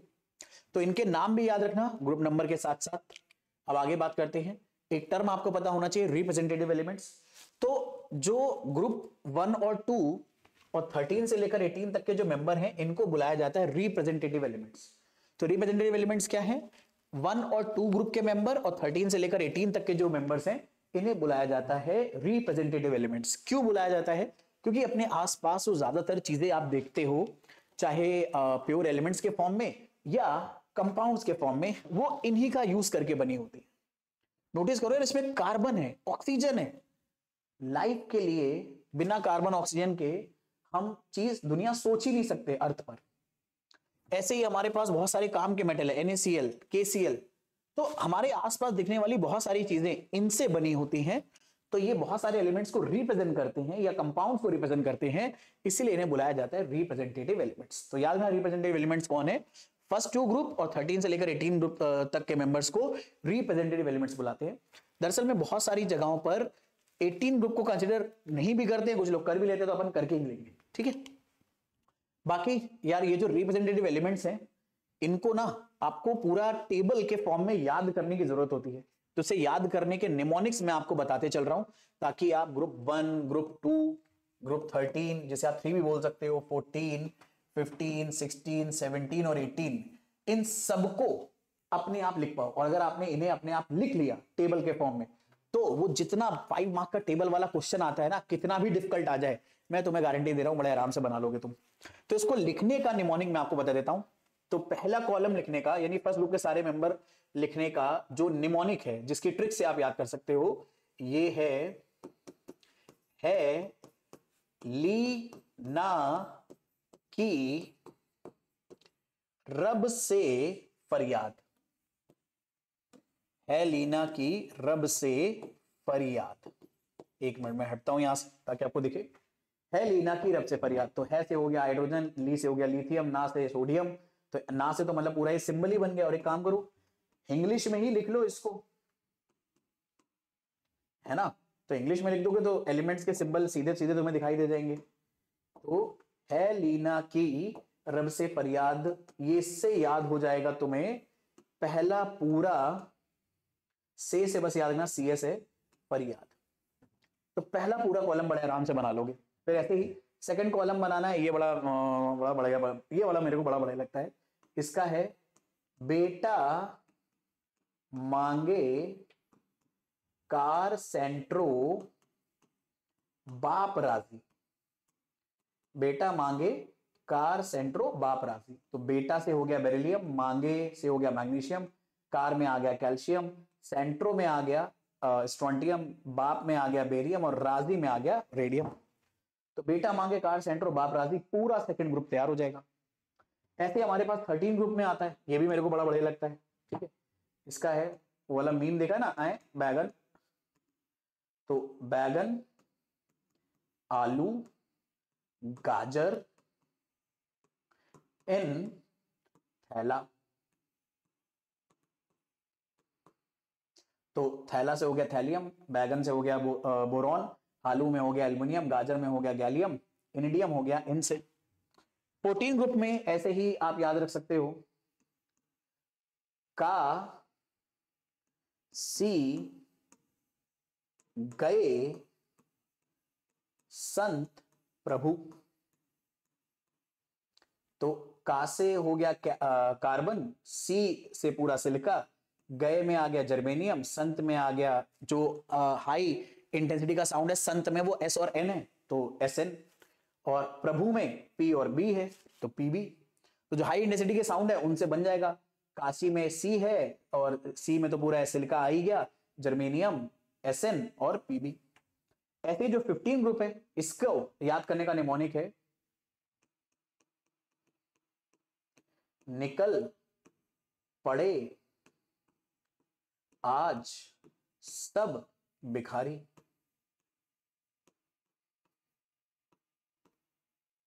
तो भिखारी से हो गया बिस्मित, सब से हो गया एसबी, आज में बस याद रखना एएस है, पड़े से फास्फोरस, निकल से नाइट्रोजन। कुछ लोग ऐसे ऐसे भी याद करते हैं कि नाना पाटेकर ऐश्वर्या सब भिखारी, तो नाना पाटेकर ऐश्वर्या सब भिखारी, ऐसे भी याद कर सकते हो जैसे आपको याद करना हो। ये वाला बच्चों का फेवरेट है, ये तुम एग्जाम में बहुत फॉलो करते हो। उससे टीपो, इसको याद करने का निमोनिक ही खुद ये कहते हैं उससे टीपो, उससे टीपो। तो उससे टीपो में ऑक्सीजन, सल्फर, सेलेनियम, टेलुरियम और पोलिनियम आ गया। ऐसे ही ये वाला ग्रुप अगर आपको याद करना है तो फिर कल बाहर आई आंटी। तो आंटी से हो गया एस्टेटेनियम, आई से हो गया, मतलब आई को ऐसे याद रख लो आयोडीन, बाहर में बी आर आ गया, कल में सीएल आ गया, फिर में फ्लोरीन आ गया। ठीक है, बाकी यार इसका निमोनिक मैंने कभी बनाया नहीं है, मेरे को ऐसे याद होता था helium, neon, argon, krypton, xenon, radon, तो ये मैं ऐसे याद कर लेता हूँ। अगर आपको बनाना है तो आप इसके बहुत सारे अलग अलग निमोनिक बना सकते हो, जैसे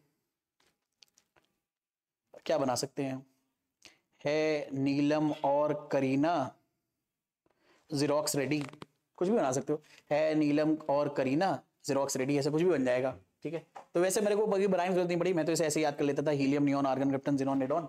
तो अगर आपको जरूरत पड़ रहा है तो जो बताया है उसे याद कर लो, या अपने आप से कुछ भी बना लो। तो अगर आपने ये निमोनिक याद कर लिया तो भाई मेरी गारंटी है कि आप बड़े आराम से टेबल पूरी खुद से बना पाओगे, और टेबल वाला क्वेश्चन जो 5 मार्क्स का कैसा भी आ जाए आप बड़े आराम से बना लोगे, इतना कोई लोड नहीं आएगा। ठीक है, बाकी हमारे पास एलिमेंट होते हैं टिपिकल एलिमेंट्स। टिपिकल एलिमेंट्स किन्हें बुलाया जाता है, थर्ड पीरियड के जितने भी मेंबर्स हैं उन्हें हम टिपिकल एलिमेंट्स बुलाते हैं, sodium, magnesium, aluminium, silica, phosphorus. क्यों?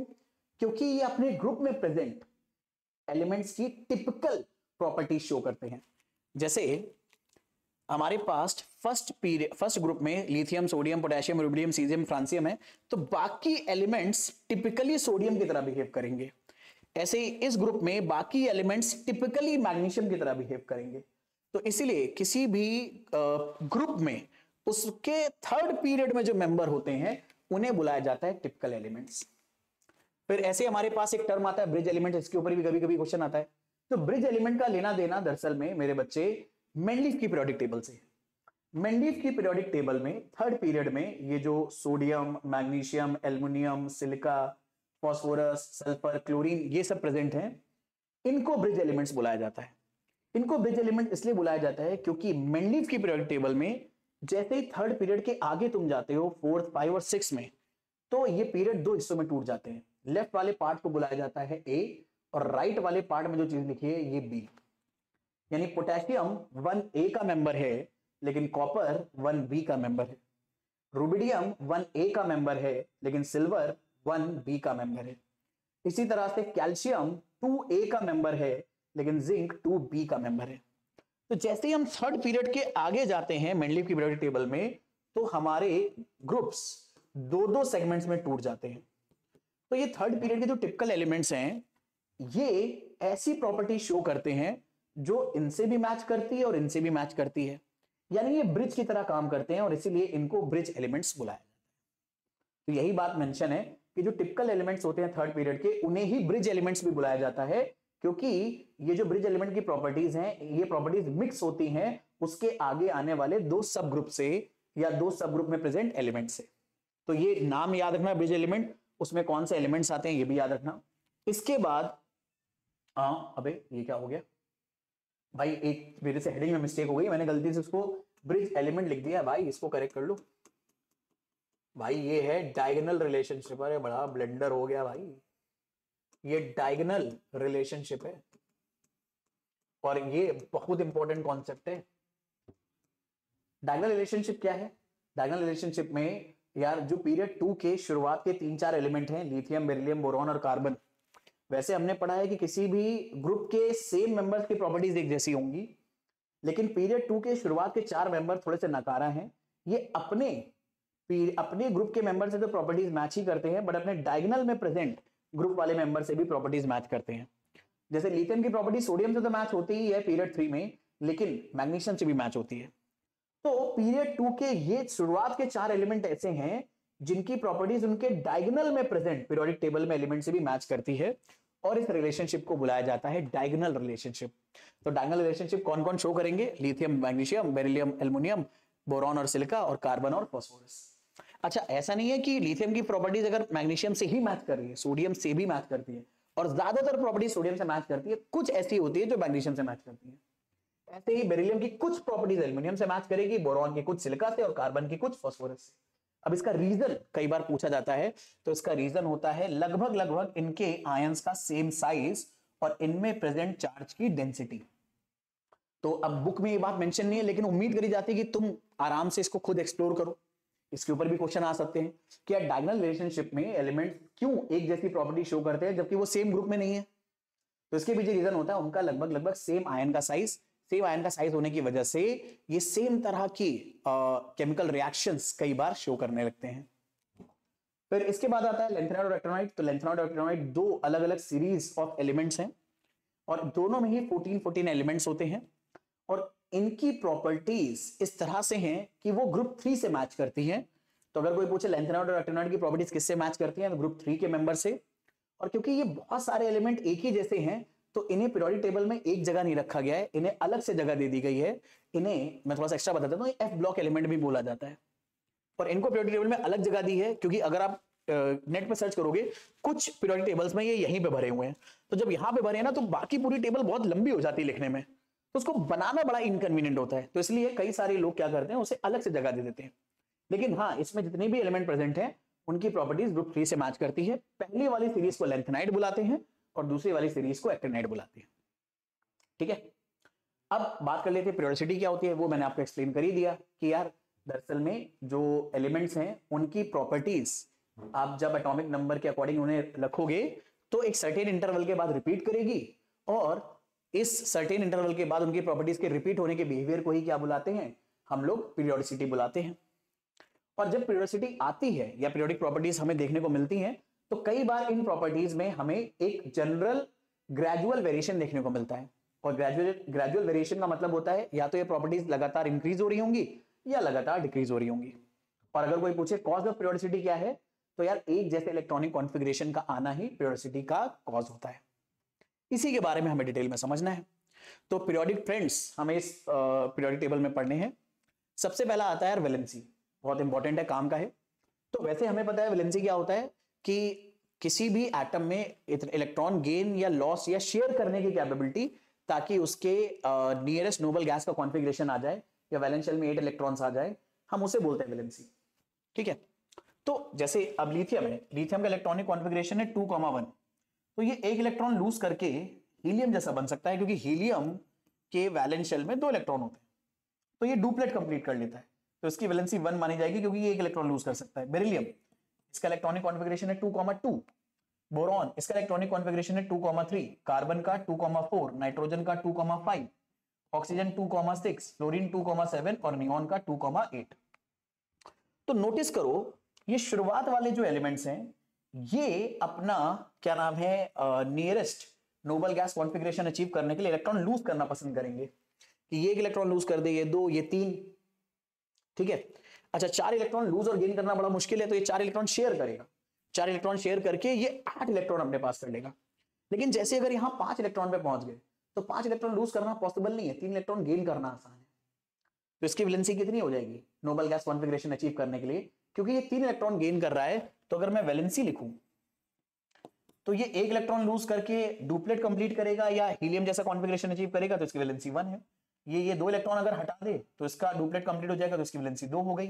ऐसे इसकी वैलेंसी 3 हो जाएगी, इसकी 4, इसकी 5 नहीं होगी क्योंकि 5 इलेक्ट्रॉन लूज करना बड़ा मुश्किल है। तो ये इलेक्ट्रॉन गेन करेगा कितने, 3 इलेक्ट्रॉन अगर ये गेन कर ले तो इसका नियॉन जैसा कॉन्फ़िगरेशन हो जाएगा, वैलेंस शेल में 8 इलेक्ट्रॉन हो जाएंगे, तो इसकी वैलेंसी हो जाएगी 3। ये 2 इलेक्ट्रॉन गेन करेगा तो वैलेंसी हो गई 2, ये 1 इलेक्ट्रॉन गेन करेगा और ये इलेक्ट्रॉन गेन ही नहीं करेगा, तो इसके वैलेंस शेल में ऑलरेडी 8 इलेक्ट्रॉन है, ये खुद एक नोबल गैस है। तो नोटिस करो वैलेंसी में क्या ट्रेंड आ रहा है, तो वैलेंसी पहले बढ़ी फिर घटी। तो वैलेंसी में क्या ट्रेंड है, ये पहले इंक्रीज करेगी बाद में डिक्रीज करेगी, ये वैलेंसी का ट्रेंड आ जाएगा, बड़ा सिंपल सा। क्यों पहले बढ़ती है, क्योंकि शुरुआत में इलेक्ट्रॉन लूज करना आसान होता है, बाद में इलेक्ट्रॉन गेन करना आसान होता है, इसीलिए वैलेंसी पहले बढ़ती है बाद में घटती है।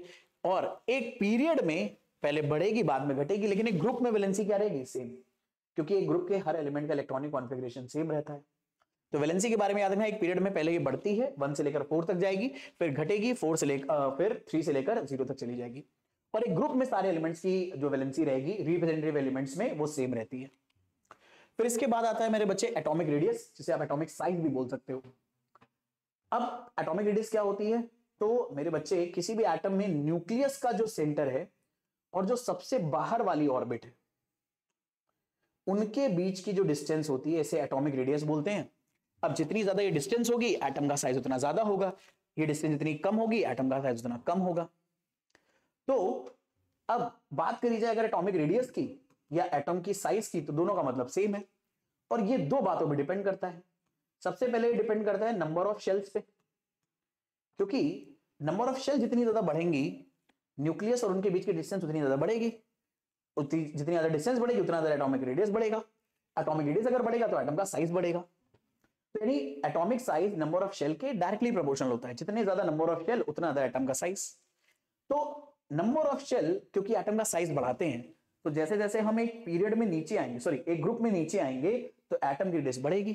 क्यों, क्योंकि जैसे जैसे आप एक ग्रुप में नीचे आओगे तो नंबर ऑफ शेल बढ़ती जाती हैं। भैया लिथियम में होती है मेरे बच्चे, ब्लैक कलर से लिखता हूं, लिथियम में होती है 1 शेल, लेकिन सोडियम में होती है 2, पोटेशियम में होती है 3, रुबिडियम में होंगी 4, ठीक है, सॉरी उल्टा बोल दिया, हाइड्रोजन में होती है 1, लिथियम में 2, सोडियम में 3, पोटेशियम में 4, रुबिडियम में 5 और सीजियम में 6, क्योंकि इसका पीरियड नंबर 1 है, इसका 2 है, इसका 3, इसका 4, इसका 5 और इसका 6, और पीरियड नंबर ऑफ शेल को रिप्रेजेंट करता है। तो जैसे जैसे हम एक ग्रुप में नीचे जाएंगे तो क्योंकि नंबर ऑफ शेल बढ़ रहा है वैसे वैसे एटम का साइज बढ़ेगा। इसीलिए एटॉमिक रेडियस में पीरियड में ट्रेंड, एक ग्रुप में ट्रेंड बताया जाता है कि जैसे जैसे ग्रुप में आप नीचे जाओगे एटॉमिक रेडियस इंक्रीज करेगी, ऊपर जाओगे एटॉमिक रेडियस डिक्रीज करेगी। इसके पीछे रीजन क्या है, नंबर ऑफ शेल्स का चेंज होना। नीचे जाने पर नंबर ऑफ शेल बढ़ते हैं इसलिए एटम का साइज बढ़ता है या एटम की रेडियस बढ़ती है। लेकिन अगर आप एक पीरियड में देखोगे तो आप नोटिस करोगे पीरियड में दरअसल में शेल का या एटम का साइज कम होता जा रहा है, जबकि एक पीरियड में नंबर ऑफ शेल तो सेम ही रहेंगे। अगर यहां लिथियम में 2 शेल हैं तो बेरिलियम में भी 2 ही शेल होंगे, बोरॉन में भी 2 शेल होंगे, क्योंकि एक पीरियड में जितने भी एलिमेंट्स होते हैं सब में नंबर ऑफ शेल सेम ही रहते हैं। तो फिर सवाल आता है कि साइज घट क्यों रहा है। साइज इसलिए घट रहा है मेरे बच्चे क्योंकि एटम का साइज एक और चीज पे डिपेंड करता है, एटम का साइज एक और चीज पे डिपेंड करता है और वो है मेरे बच्चे इफेक्टिव न्यूक्लियर चार्ज, जिसे जेड इफेक्टिव भी बोलते हैं। मतलब बेसिकली में न्यूक्लियस में कितने प्रोटॉन है और ये इसके इनवर्सली प्रोपोर्शनल है। देखो मैंने इनवर्सली प्रोपोर्शनल का साइन बनाया। तो इफेक्टिव न्यूक्लियर चार्ज अगर बढ़ेगा तो एटम का साइज डिक्रीज होगा। तो यार देखो जैसे जैसे आप एक पीरियड में लेफ्ट टू राइट जाओगे, क्योंकि नंबर ऑफ शेल तो सेम है, लेकिन न्यूक्लियस में तो चार्ज बढ़ेगा ना भाई। लिथियम का एटॉमिक नंबर 3 है, बेरिलियम का 4, बोरॉन का 5, कार्बन का 6, 7, 8, 9। तो धीरे धीरे एटम का साइज क्या हो रहा है, बढ़ रहा है। सॉरी, धीरे धीरे एटॉमिक नंबर बढ़ रहा है। एटॉमिक नंबर बढ़ रहा है तो प्रोटॉन बढ़ रहे हैं। प्रोटॉन बढ़ेगा तो न्यूक्लियस का चार्ज बढ़ेगा। न्यूक्लियस का चार्ज बढ़ेगा तो एटम का साइज घटेगा। तो यहाँ पे एटम का साइज लगातार घटता चला आता है। ठीक है, अब यहां पर फिर से आओ, एक और दिक्कत वाली बात जो बुक्स में दे रखी है। बुक्स में ये बात मेंशन है आप लोगों के कि भैया ये जो नोबल गैस होती है ये एटम के साइज में एक एक्सेप्शन ट्रेंड शो करती है, इसका साइज अचानक से बड़ा हो जाता है। कायदे से नोबल गैस ये जो नियॉन आई है इसमें 10 प्रोटॉन है, तो इसका साइज और कम होना चाहिए इस रूल के अकॉर्डिंग। लेकिन जो नोबल गैस है ये एक्सेप्शन शो करती है साइज में। इसके पीछे रीजन कई बार ये बताया जाता है कि भैया इसका ऑक्टेट कंप्लीट है, तो इसके वैलेंस शेल में ना बहुत सारे इलेक्ट्रॉन हैं और बहुत सारे इलेक्ट्रॉन एक दूसरे को रिपेल करेंगे। वो ये बोलते हैं कि भैया जैसे नियॉन है तो नियॉन में क्या होगा, ये मान लो नियॉन का न्यूक्लियस जिसमें 10 प्रोटॉन होंगे और ये 10 इलेक्ट्रॉन अगर हमें भरने हैं नियॉन में, वो दूसरे वाले शेल में 8 इलेक्ट्रॉन आ जाएंगे और पहले वाले में 2। ये नियॉन का इलेक्ट्रॉनिक कॉन्फ़िगरेशन हुआ। तो नियॉन का अचानक से साइज बढ़ने का रीजन ये बताया जाता है कि ये जो बहुत सारे इलेक्ट्रॉन है ना, ये एक दूसरे को बहुत तगड़ा रिपेल करते हैं, बहुत तगड़ा, बहुत तगड़ा। और जब ये रिपेल करेंगे एक दूसरे को और अंदर वाले इलेक्ट्रॉन भी इसको रिपेल करेंगे बाहर की तरफ, तो अपने आप इसका साइज फैल जाएगा थोड़ा और साइज बड़ा हो जाएगा। अब जो कि एक्चुअल में ना मुझे थोड़ा सा गड़बड़ लगता है यार, ऐसा नहीं होता कि मतलब यहां पर रिपल्शन की वजह से साइज बढ़ जाता है, क्योंकि रिपल्शन तो फिर ऐसे फ्लोरीन में भी होगा भाई। ठीक है, अब वो ओवर सिंप्लीफाई करने वाली बात है, तो आप इसको एज ओवर सिंप्लीफिकेशन ही याद रख लेना कि यहाँ पर रिपल्शन वाला रीजन है। अच्छा, मैं दरअसल में थोड़ा सा यहाँ पर इसलिए झिझक रहा हूँ क्योंकि यार तुम में से यार बहुत सारे बच्चे ना बहुत समझदार हैं, और जो बहुत समझदार बच्चे हैं वो ऐसा दिमाग लगाएंगे यार कि यार अबे रिपल्शन वाली बात तो यार किस पे भी आएगी, फ्लोरीन पे भी आएगी, ऑक्सीजन पे भी आएगी। अरे फ्लोरीन में एक ही इलेक्ट्रॉन तो कम है, तो क्या एक इलेक्ट्रॉन से इतना सारा फर्क पड़ जाता है? कभी कभी पड़ता है, लेकिन यहाँ नहीं। दरअसल में जब आप क्लास 11 वगैरह में जाओगे, जो थोड़ी सीरियस पढ़ाई करने वाले बच्चे हैं उनके दिमाग में खटकेगी बात, और जब आप क्लास 11 में जाओगे तो पता चलेगा एक्चुअल में इसके पीछे रीजन कुछ और है। तो हालांकि क्लास 11 में ही पढ़ना है, अभी नहीं बताऊंगा मैं। ठीक है, ये मत सोचना कि अभी बताने बैठ जाऊंगा, लेकिन अगर पता करना तो कमेंट सेक्शन में बताना। ठीक है, तो मैं हो सकता है प्राइवेटली में रिप्लाई कर दूं क्या रीजन है। ठीक है, लेकिन फिलहाल बुक में जो दिया है आपको अपने एग्जाम में वही लिख कर आना है अभी के लिए। लेकिन हाँ, जो सीरियस बच्चे हैं तो उन्हें समझ में आना चाहिए कि भैया यहाँ पर थोड़ा सा कॉन्सेप्चुअल क्लैरिटी नहीं है यहाँ पर, बट है सो है, वो पढ़ेंगे। तो एक पीरियड में लेफ्ट टू राइट जाओगे तो एटम की रेडियस डिक्रीज होती है क्योंकि इफेक्टिव न्यूक्लियर चार्ज बढ़ता है, लेकिन एक्सेप्शन कौन होता है, नोबल गैस। उस पीरियड में अचानक से उसका साइज बड़ा हो जाता है। अब कब तक किससे बड़ा रहेगा, तो लगभग लगभग ये जो पीछे 3-4 नॉन मेटल है इनसे बड़ा रहेगा, यानी नियॉन का साइज फ्लोरीन, ऑक्सीजन, नाइट्रोजन लगभग लगभग इनसे बड़ा रहेगा। ऐसे ऑर्गन का साइज क्लोरीन, सल्फर, फास्फोरस लगभग लगभग इससे बड़ा रहेगा, इसी के इर्द गिर्द घूमेगा।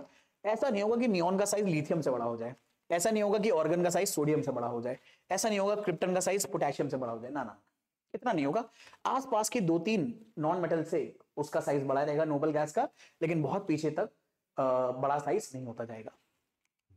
ठीक है, फिर अगला आता है आयनेशन एनर्जी। तो पहले ये समझ लेते हैं आयनेशन एनर्जी होती क्या चीज है।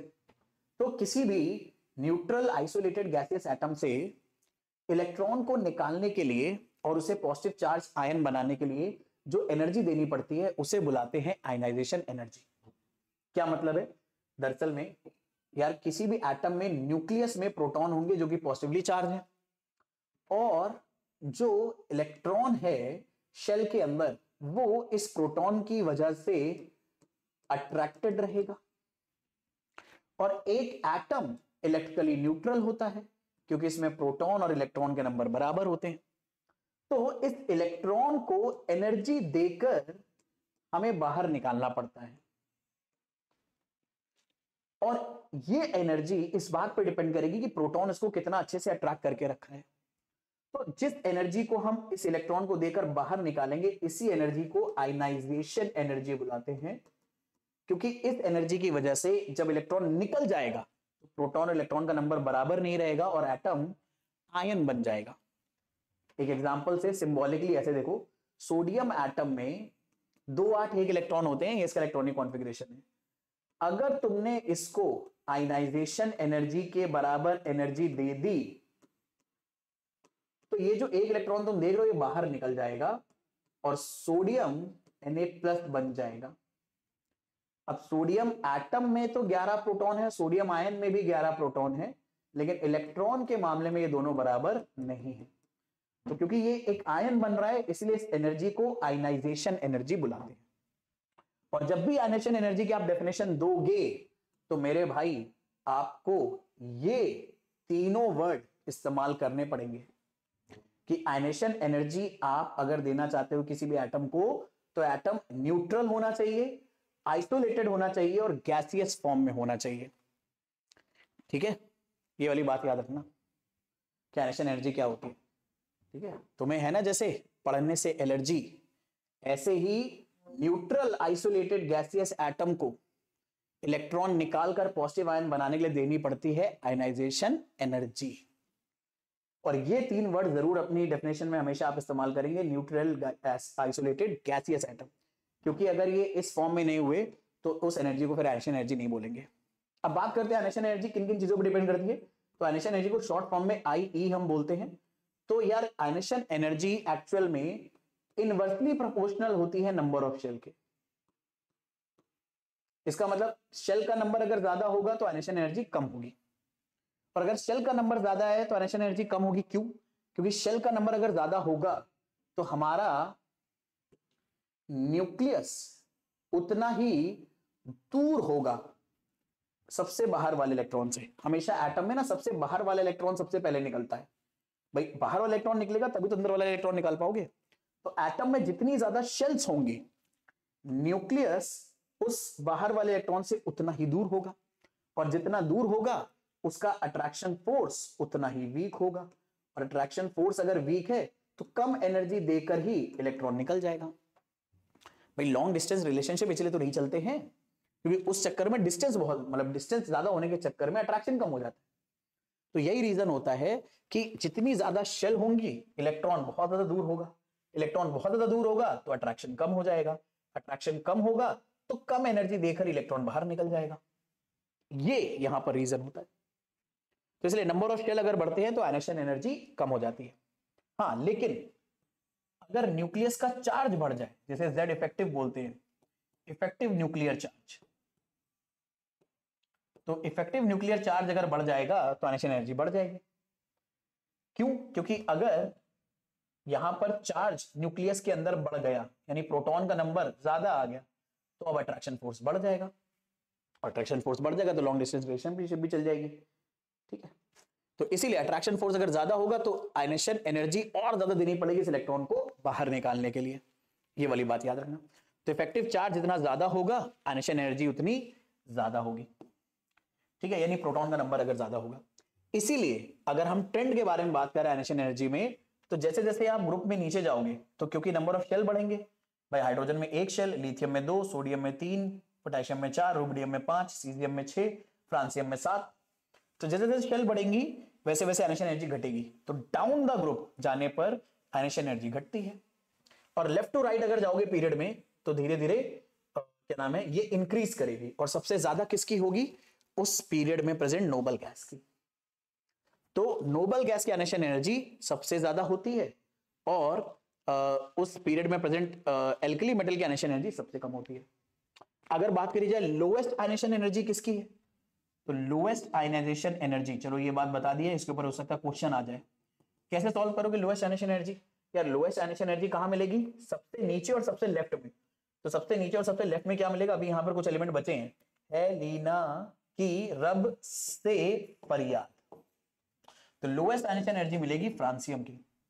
हाईएस्ट आयनाइजेशन एनर्जी अगर तुम्हें चाहिए तो हाईएस्ट आयनाइजेशन एनर्जी कहां मिलेगी? अगर हम बात करें तो मेरे बच्चे हाईएस्ट आयनाइजेशन मिलेगी सबसे राइट में, सबसे ऊपर, क्योंकि सबसे राइट में आयनाइजेशन एनर्जी बढ़ेगी और नीचे जाओगे तो कम होगी, तो ऊपर सबसे ज्यादा होगी। तो हाईएस्ट आयनाइजेशन एनर्जी किसकी होगी? हीलियम की। अब हो सकता है इसी के ऊपर ढूंढने का क्वेश्चन आ जाए। तो lowest ionisation energy francium, highest ionisation energy lithium. इसकी डेफिनेशन अच्छे से याद रखना।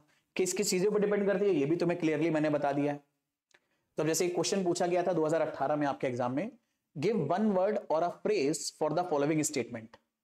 The energy released when an electron is added to neutral gaseous, अरे एडेड नहीं है, removed,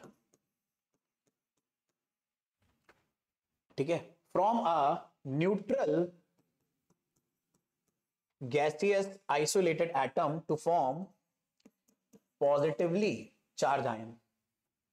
The energy released when an electron is removed from a neutral isolated gaseous atom to form a positively charged ion.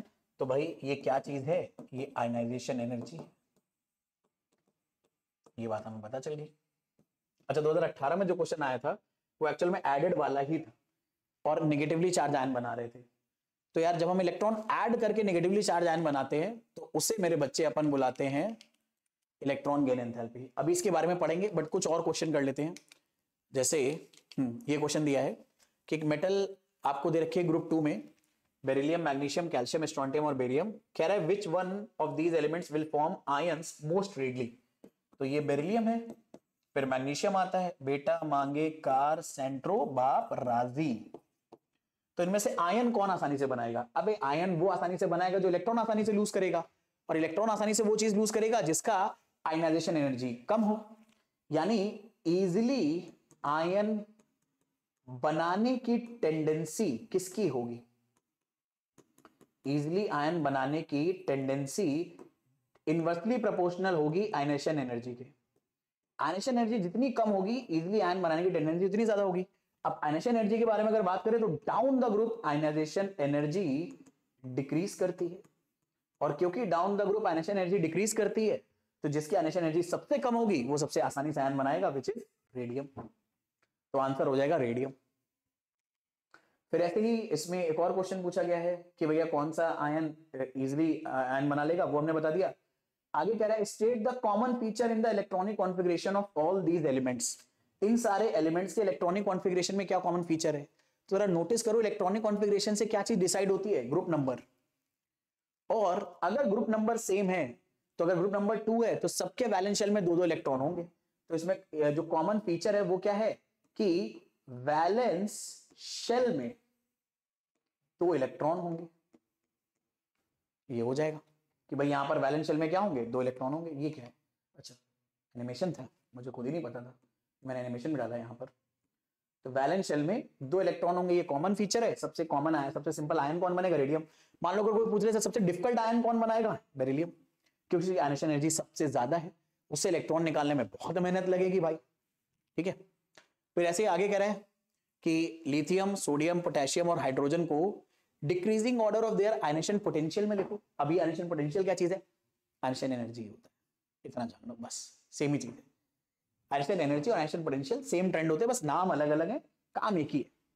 तो इसको decreasing order में लिखना है। तो notice करो यार ये सब एक ही ग्रुप के मेंबर है, फर्स्ट ग्रुप के है, ली ना की रब से फरियाद लिखने की जरूरत नहीं, क्योंकि क्वेश्चन में नहीं है।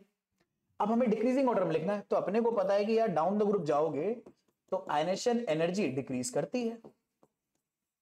तो अगर डिक्रीज ऐसे कर रही है तो डिक्रीजिंग ऑर्डर भी तो यही होगा, यानी हाइड्रोजन की सबसे ज्यादा होगी, लिथियम की उससे कम, सोडियम की उससे कम और पोटेशियम की सबसे कम।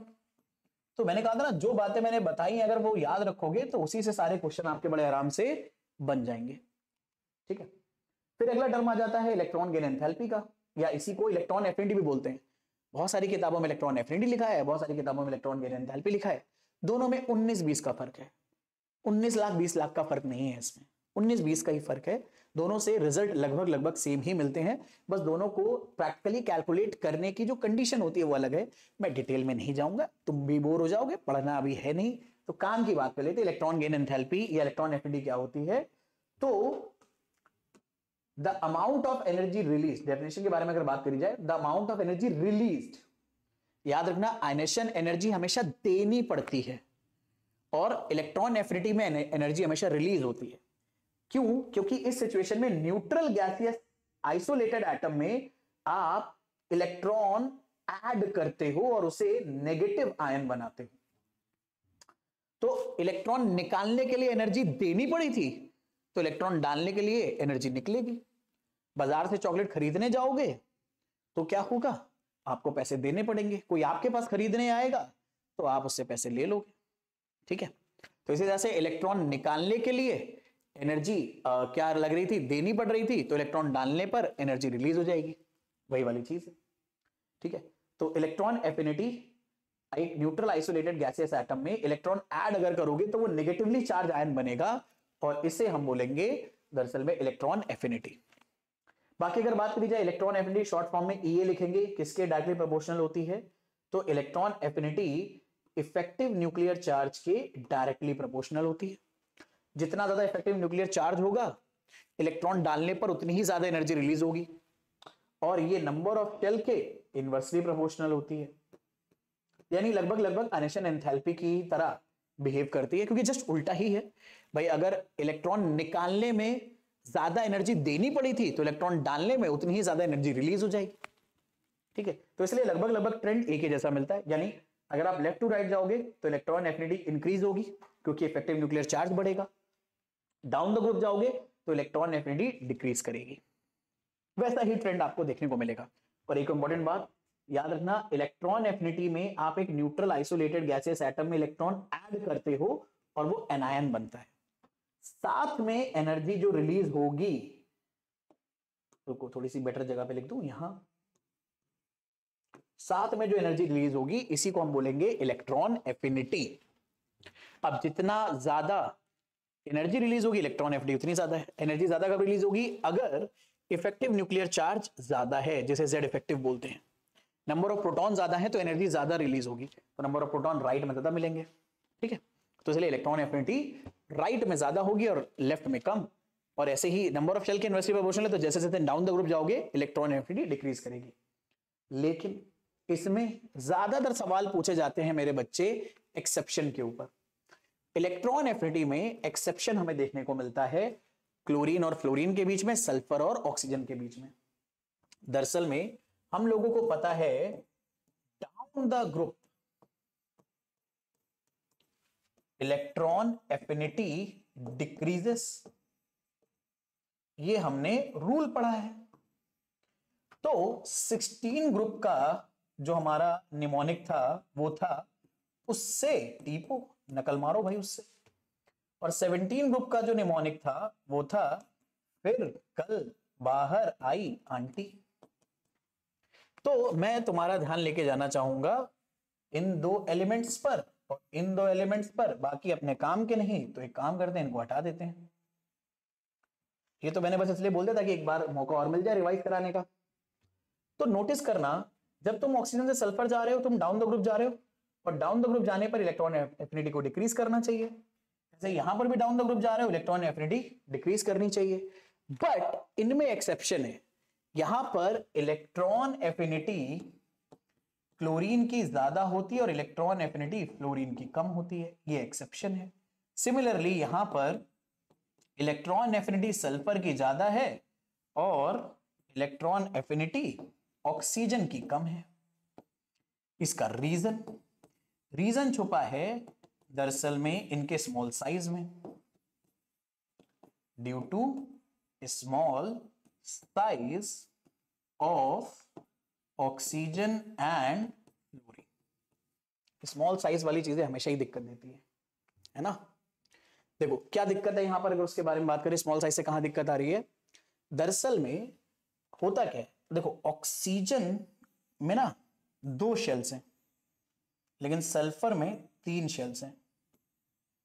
पर क्योंकि ये दोनों एक ही ग्रुप के मेंबर हैं तो इनमें इलेक्ट्रॉन्स का नंबर सेम रहता है 6। अब होता क्या है, यहां पे 6 इलेक्ट्रॉन ना बहुत पास हैं ऑक्सीजन के छोटे साइज की वजह से, और सल्फर में साइज इतना छोटा नहीं है। तो होता क्या है, जब हमें बाहर से इलेक्ट्रॉन एंटर कराना होता है ना, तो ये 6 इलेक्ट्रॉन आपस में गुटबाजी कर लेते हैं और इस इलेक्ट्रॉन को बहुत तगड़े से रिपेल करते हैं ड्यू टू स्मॉल साइज। क्योंकि इलेक्ट्रॉन पास पास है, हम पास पास हैं, तो भैया इनकी पावर ज्यादा है, एकता में बल है। तो इस चक्कर में क्या होता है कि ये इतना स्ट्रांगली रिपेल करते हैं कि इलेक्ट्रॉन को अंदर घुसेड़ना आसान नहीं होता। और इलेक्ट्रॉन जितना मुश्किल से इसके अंदर जाएगा, इलेक्ट्रॉन जितना मुश्किल से एटम के अंदर जाएगा वो उतनी कम एनर्जी रिलीज करेगा, और जितनी कम एनर्जी रिलीज करेगा इलेक्ट्रॉन एफिनिटी उतनी कम हो जाएगी। इसीलिए ऑक्सीजन की इलेक्ट्रॉन एफिनिटी कम होती है। सेम रीजन क्लोरीन और फ्लोरीन के बीच में है। तो स्मॉल साइज वाला कॉन्सेप्ट मैंने आपको बता दिया, ठीक है। तो इसलिए बड़ा है तो बेहतर। ऐसे अभी क्वेश्चन पूछा गया है कि फ्लोरीन, बोरॉन, नाइट्रोजन, ऑक्सीजन को increasing order of electron affinity में रखो। तो नोटिस करो फ्लोरीन, ब्रोमीन, नाइट्रोजन, ऑक्सीजन ये सब ना थर्ड पीरियड के मेंबर हैं। देखो जितना अच्छे से पीरियोडिक टेबल याद है उतना आराम से क्वेश्चन सॉल्व होगा। जैसे मैंने इस प्रॉब्लम को सॉल्व करने के लिए मेरे दिमाग में जो वायर हिले वो ये हिले कि यार ये मुझे पढ़ते ही याद आया, ये सब एक ही पीरियड के मेंबर हैं। और वो भी कैसे भाई, थर्ड पीरियड में सबसे पहले, सॉरी ये सेकंड पीरियड के मेंबर है, थर्ड पीरियड मैंने गलत लिख दिया। पहला मेंबर है लिथियम, फिर बेरिलियम, फिर बोरॉन, फिर कार्बन, फिर नाइट्रोजन, फिर ऑक्सीजन, फिर फ्लोरीन। मेरे काम के कौन कौन से हैं? बोरॉन, नाइट्रोजन, ऑक्सीजन और फ्लोरीन। मुझे इन चारों में चेक करना तो मैं बाकी को हटा देता हूं कि यार इन चारों में मुझे इंक्रीजिंग ऑर्डर चाहिए इलेक्ट्रॉन एफिनिटी का। तो हमने अभी पढ़ा था पीरियड में अगर लेफ्ट टू राइट जाओगे तो इलेक्ट्रॉन एफिनिटी इंक्रीज करती है due to more nuclear charge. और अगर इसी ऑर्डर में इंक्रीज कर रही है तो सबसे ज्यादा किसकी हो जाएगी? फ्लोरीन की। तो इंक्रीजिंग ऑर्डर चाहिए तो इंक्रीजिंग ऑर्डर भी यही हो जाएगा, बोरॉन से ज्यादा नाइट्रोजन, नाइट्रोजन से ज्यादा ऑक्सीजन, ऑक्सीजन से ज्यादा फ्लोरीन। यही हमारा आंसर हो जाएगा। तो पीरियोडिक टेबल अगर आपको अच्छे से याद है और ट्रेंड जो आपको बताया जा रहा है अगर अच्छे से याद है तो यूं यूं यूं सॉल्व होंगे तुम्हारे क्वेश्चन। ठीक है, चलें। फिर ऐसे एक और प्रॉपर्टी है, इट इज कॉल्ड इलेक्ट्रोनेगेटिविटी। ये क्या चीज होती है? दरअसल में जब दो एटम बॉन्ड बनाते हैं, एक एग्जांपल से बता देता हूं क्यों मैं ए और बी लिखूं। जैसे हाइड्रोजन क्लोराइड है HCl, तो जब ये बॉन्ड बनाते हैं तो ये दोनों आपस में एक एक इलेक्ट्रॉन शेयर करते हैं। पर ऐसा पाया गया है कि जब इलेक्ट्रॉन शेयर होते हैं तो ये दोनों एटम के बीच में नहीं रहते। इन दोनों में से एक एटम ऐसा होता है जिसकी इलेक्ट्रॉन नेगेटिविटी ज्यादा है, तो वो इस बॉन्ड पेयर के इलेक्ट्रॉन को अपनी तरफ अट्रैक्ट कर लेता है। तो बॉन्ड पेयर के इलेक्ट्रॉन को अपनी तरफ अट्रैक्ट करने की जो टेंडेंसी है उसे बुलाते हैं इलेक्ट्रोनेगेटिविटी। तो ये क्लोरीन हमने ऐसा देखा है कि इसको बॉन्ड पेयर के इलेक्ट्रॉन बनाने अपने पास बुलाने की ज्यादा चुल होती है हाइड्रोजन के कंपैरिजन में। तो क्लोरीन की इलेक्ट्रोनेगेटिविटी हम बोलेंगे ज्यादा है क्योंकि ये बॉन्ड पेयर के इलेक्ट्रॉन को अपनी पास बुला ले रहा है। कायदे से बॉन्ड पेयर के इलेक्ट्रॉन को बीच में होना चाहिए, लेकिन क्लोरीन उसे अपने पास बुलाकर अपने क्लोज रख लेता है और इसलिए बोला जाता है कि क्लोरीन की इलेक्ट्रोनेगेटिविटी ज्यादा है। तो इलेक्ट्रोनेगेटिविटी की डेफिनेशन क्या हो जाएगी? The tendency of an atom in a molecule. ये अकेले कभी खाली एटम में देखने को नहीं मिलेगी, इसके लिए एटम को एक मॉलिक्यूल बनाना पड़ेगा और उस सिचुएशन में वो शेयर्ड इलेक्ट्रॉन को अपने पास अट्रैक्ट करेगा। जितनी ज्यादा अट्रैक्ट करने की टेंडेंसी है वो इलेक्ट्रोनेगेटिविटी है। इलेक्ट्रोनेगेटिविटी नंबर ऑफ प्रोटॉन्स के ही आप ऐसा मान लो डायरेक्टली प्रोपोर्शनल है और नंबर ऑफ शेल्स के इनवर्सली प्रोपोर्शनल है।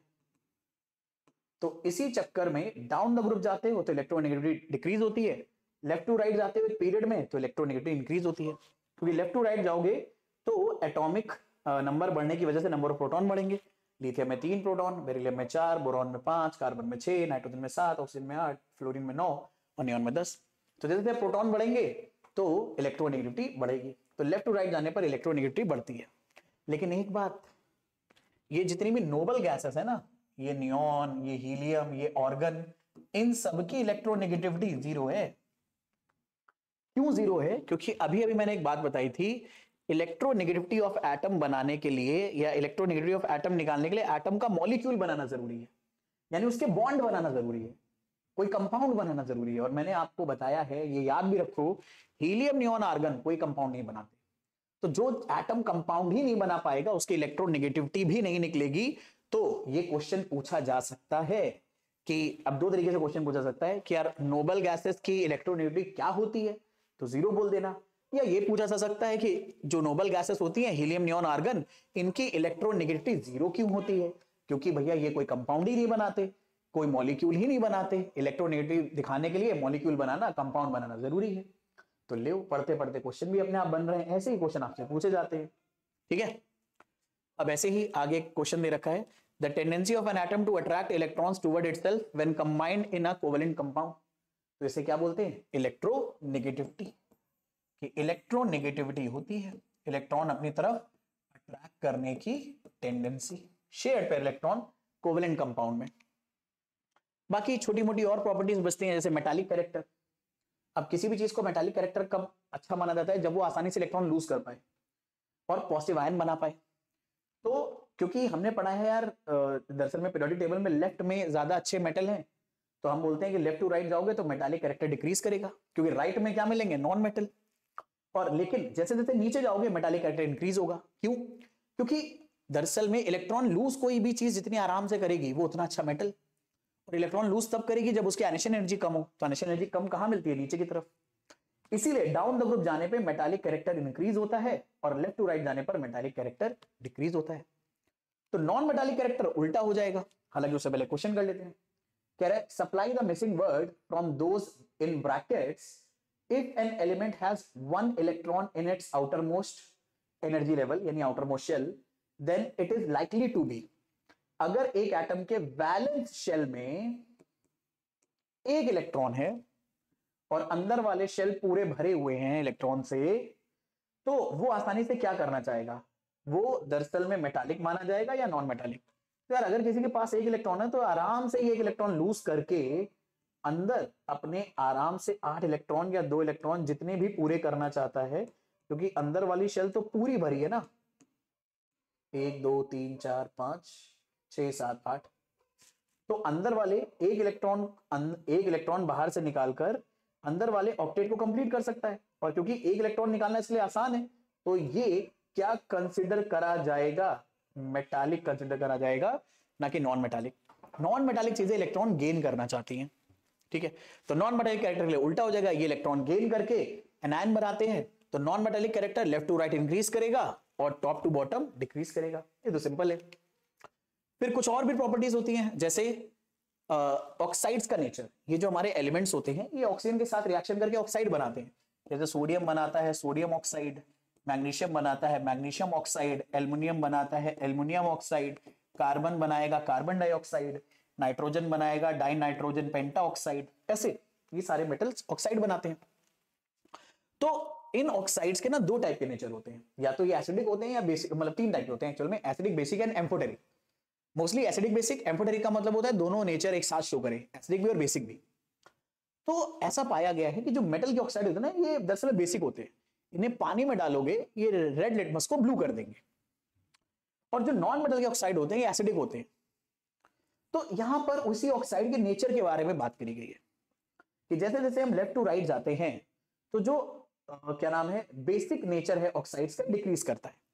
यानी ऑक्साइड्स कैसे होने लगते हैं, एसिडिक, क्योंकि जैसे जैसे तुम लेफ्ट टू राइट जाओगे हमें मिलेंगे नॉन मेटल्स, और नॉन मेटल्स के ऑक्साइड कैसे हैं, एसिडिक। ये वाली बात याद रखना, नॉन मेटल ऑक्साइड कैसे हैं, एसिडिक, और मेटल ऑक्साइड कैसे हैं, बेसिक है। तो मेटल ऑक्साइड बेसिक, क्योंकि पानी में डालने पर ये बेस की तरह बिहेव करेंगे, नॉन मेटल ऑक्साइड एसिडिक। तो इसलिए लेफ्ट टू राइट जाओगे तो मेटल से नॉन मेटल की तरफ जाओगे तो धीरे धीरे जो नेचर है ऑक्साइड्स का वो कैसा होने लगेगा, एसिडिक। तो बेसिक नेचर डिक्रीज करेगा, एसिडिक नेचर इंक्रीज करेगा। डाउन द ग्रुप जाने पर बेसिक नेचर बढ़ेगा, क्योंकि नीचे आपको अच्छे मेटल मिलेंगे। तो मेटल ऑक्साइड जितना मेटल अच्छा होगा उसका ऑक्साइड उतना ही अच्छा बेसिक होगा, मेटल नॉन मेटल जितना अच्छा होगा उसका ऑक्साइड उतना ही एसिडिक होगा। तो ये ऑक्साइड्स की प्रॉपर्टीज हो गई। फिर केमिकल रिएक्टिविटी के बारे में अगर बात करें, यानी कौन सा मेटल या नॉन मेटल ज्यादा रिएक्टिव होता है, तो किसी भी मेटल की रिएक्टिविटी के बारे में अगर बात करी जाए तो किसी भी मेटल की रिएक्टिविटी इंक्रीज होती है, ठीक है, और नॉन मेटल की डिक्रीज होती है on going down the group. यानी मेटल में अगर आप नीचे जाओगे मेटल के ग्रुप में, तो मेटल की एक्टिविटी इंक्रीज होती है। क्यों? क्योंकि वो आसानी से इलेक्ट्रॉन लूज करेगा, और कोई भी मेटल जितना आसानी से इलेक्ट्रॉन लूज करेगा वो उतना ज्यादा रिएक्टिव होगा। तो मेटल की एक्टिविटी इलेक्ट्रॉन आसानी से लूज करने की वजह से बढ़ती है, इंक्रीज होती है डाउन द ग्रुप। और नॉन मेटल की आपको बता रहे हैं कि उल्टा होता है, क्योंकि यार नॉन मेटल की एक्टिविटी इस बात पे डिपेंड करती है कि नॉन मेटल आसानी से इलेक्ट्रॉन गेन करे। तो डाउन द ग्रुप जाने पर नॉन मेटल की एक्टिविटी डिक्रीज होती है, क्योंकि आसानी से इलेक्ट्रॉन गेन नहीं हो पाता है डाउन द ग्रुप।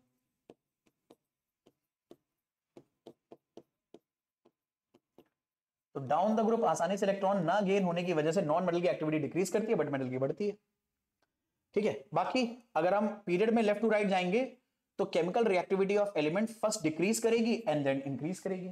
क्यों? मतलब जैसे आप लेफ्ट टू राइट गए तो मेटल की रिएक्टिविटी पहले डिक्रीज करेगी फिर आगे इंक्रीज करेगी। अरे भाई काहे, क्यों, क्या रीजन है? तो नोटिस करो यार, शुरुआत में तुम्हें मिलेंगे ना मेटल, जैसे यहां मिलेगा लिथियम, फिर मिलेगा बेरिलियम, फिर मिलेगा बोरॉन। अब लिथियम को 1 इलेक्ट्रॉन निकालना है, बेरिलियम को 2 और बोरॉन को 3। तो यार 3 इलेक्ट्रॉन निकालने में ज्यादा एनर्जी लगेगी, ज्यादा एनर्जी लगेगी तो वो धीरे धीरे रिएक्ट करेगा। इसको 1 ही इलेक्ट्रॉन निकाला फटाक से निकाल के, ठीक है, तुरंत रिएक्ट कर जाएगा। तो क्योंकि मेटल के केस में जब आप लेफ्ट टू राइट जाओगे ज्यादा इलेक्ट्रॉन निकालने के लिए ज्यादा एनर्जी चाहिए, तो इसीलिए एक्टिविटी डिक्रीज करती है। फिर आप आ जाओगे नॉन मेटल्स में, और जैसे ही नॉन मेटल्स में आए तो इनकी रिएक्टिविटी इस बात पर डिपेंड करेगी कि कितने आराम से इलेक्ट्रॉन गेन करेंगे। तो यार नाइट्रोजन को 3 इलेक्ट्रॉन गेन करने हैं क्योंकि इसके वैलेंस शेल में 5 इलेक्ट्रॉन होते हैं, ऑक्सीजन में 6 होते हैं और सल्फर में फ्लोरीन में 7। तो यार सोचो नाइट्रोजन को 3 इलेक्ट्रॉन गेन करने हैं, इसलिए इसकी वैलेंसी होती है 3-। ऑक्सीजन को 2 इलेक्ट्रॉन गेन करने हैं, इसलिए इसके ग्रुप के मेंबर की वैलेंसी होती है 2-। फ्लोरीन और उसके ग्रुप मेंबर को 1 ही इलेक्ट्रॉन गेन करना है, तो 1 इलेक्ट्रॉन गेन करने में आसानी है। इसीलिए जब आप लेफ्ट टू राइट जाओगे तो पहले एक्टिविटी डिक्रीज करेगी क्योंकि मेटल को इलेक्ट्रॉन निकालना मुश्किल हो जाएगा, और नॉन मेटल को इलेक्ट्रॉन गेन करना आसान होगा, इसलिए एक्टिविटी इंक्रीज करेगी। ये वाली बात आप याद रखना। तो ये हमारा एक जनरल पैटर्न है, ये अपने शॉर्ट नोट्स में आप चाहो तो ये टेबल बना लेना, ठीक है। ये सब मैंने आपको बता दिया, metallic character, non metallic character, down the group ऐसे पढ़ोगे और अक्रॉस अ पीरियड ऐसे पढ़ोगे, सबके बारे में बता रखा है कि वैलेंस इलेक्ट्रॉन इंक्रीज बाय 1 करता है, सेम रहता है। Electronegativity left to right increase करती है, डाउन द ग्रुप डिक्रीज करती है। Ionisation enthalpy left to right increase करती है, डाउन द ग्रुप डिक्रीज करती है। Electron affinity left to right increase करती है, डाउन द ग्रुप डिक्रीज करती है। एक्सेप्शन बस फ्लोरीन और क्लोरीन में, ऑक्सीजन और सल्फर में मिलता है। Metallic character left to right decrease करता है, डाउन द ग्रुप बढ़ता है। Non metallic character left to right increase होता है, डाउन द ग्रुप डिक्रीज करता है। अब वो टेबल वाला क्वेश्चन कर लेते हैं। तो कह रहा है इस टेबल में H दरअसल में हाइड्रोजन को रिप्रेजेंट नहीं कर रहा है, तो आपको अलग अलग एलिमेंट दे रखे हैं, A, H, R, T, I, Q, U, Y। Neon अपना सेम सिंबल है, लिथियम अपना सिंबल है, ये ग्रुप नंबर दे रखे हैं आपको। कह रहा है भाई ये क्या आ गया क्वेश्चन का, बस छोटा अच्छा ये है 4 क्वेश्चन है, तो ये करके ही करते चलो। कह रहा है नोबल गैस ढूंढो 4th पीरियड में, ठीक है। तो यार पीरियड नंबर यहाँ पे लिखा है, 2nd है, 3rd है, 4th है। 4th पीरियड की नोबल गैस हमें ये वाई बतानी है। तो याद करो नोबल गैस के मेंबर क्या थे, नोबल गैस का टेबल क्या था, ठीक है, यानी ग्रुप 18।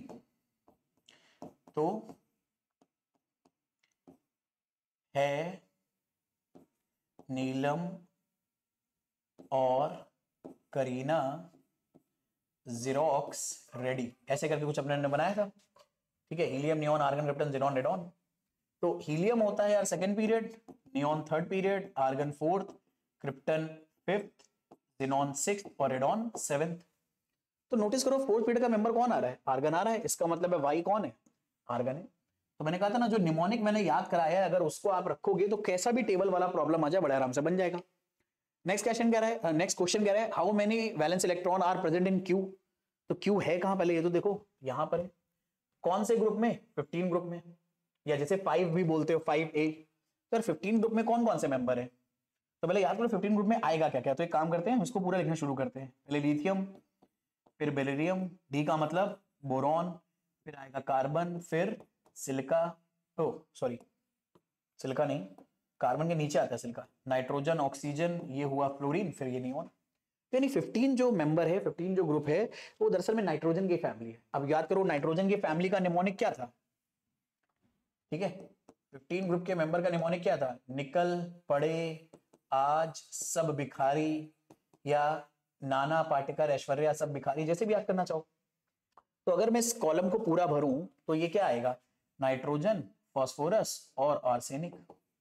अब कह रहा है भैया इसके वैलेंस इलेक्ट्रॉन कितने होंगे। तो यार एक ग्रुप के सारे मेंबर में वैलेंस इलेक्ट्रॉन सेम होते हैं, जो जितने नाइट्रोजन में होते हैं उतने आर्सेनिक में होंगे। तो नाइट्रोजन में कितने होते हैं वैलेंस इलेक्ट्रॉन, 5। तो इसका मतलब है क्यू में भी कितने होंगे, 5। तो ये प्रॉब्लम दरअसल में कौन से कॉन्सेप्ट से सॉल्व हुआ कि एक ग्रुप मेंबर में वैलेंस इलेक्ट्रॉन बराबर रहते हैं। तो अगर आपको आर्सेनिक का एटॉमिक नंबर नहीं भी पता है, उसका इलेक्ट्रॉनिक कॉन्फ़िगरेशन नहीं भी लिख पाओगे, तो भी उसमें वैलेंस इलेक्ट्रॉन नाइट्रोजन के बराबर होंगे, तो सीधे आंसर लिख सकते हो। Next question, which element from group 2 would have the least ionisation energy.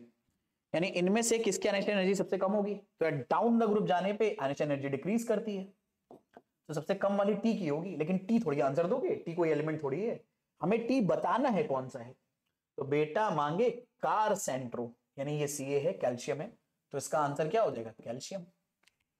ठीक है, तो इसको यहां थोड़ा सा हटा देते हैं, इसका आंसर यहां लिख देते हैं कि भैया इसका आंसर क्या है, कैल्शियम।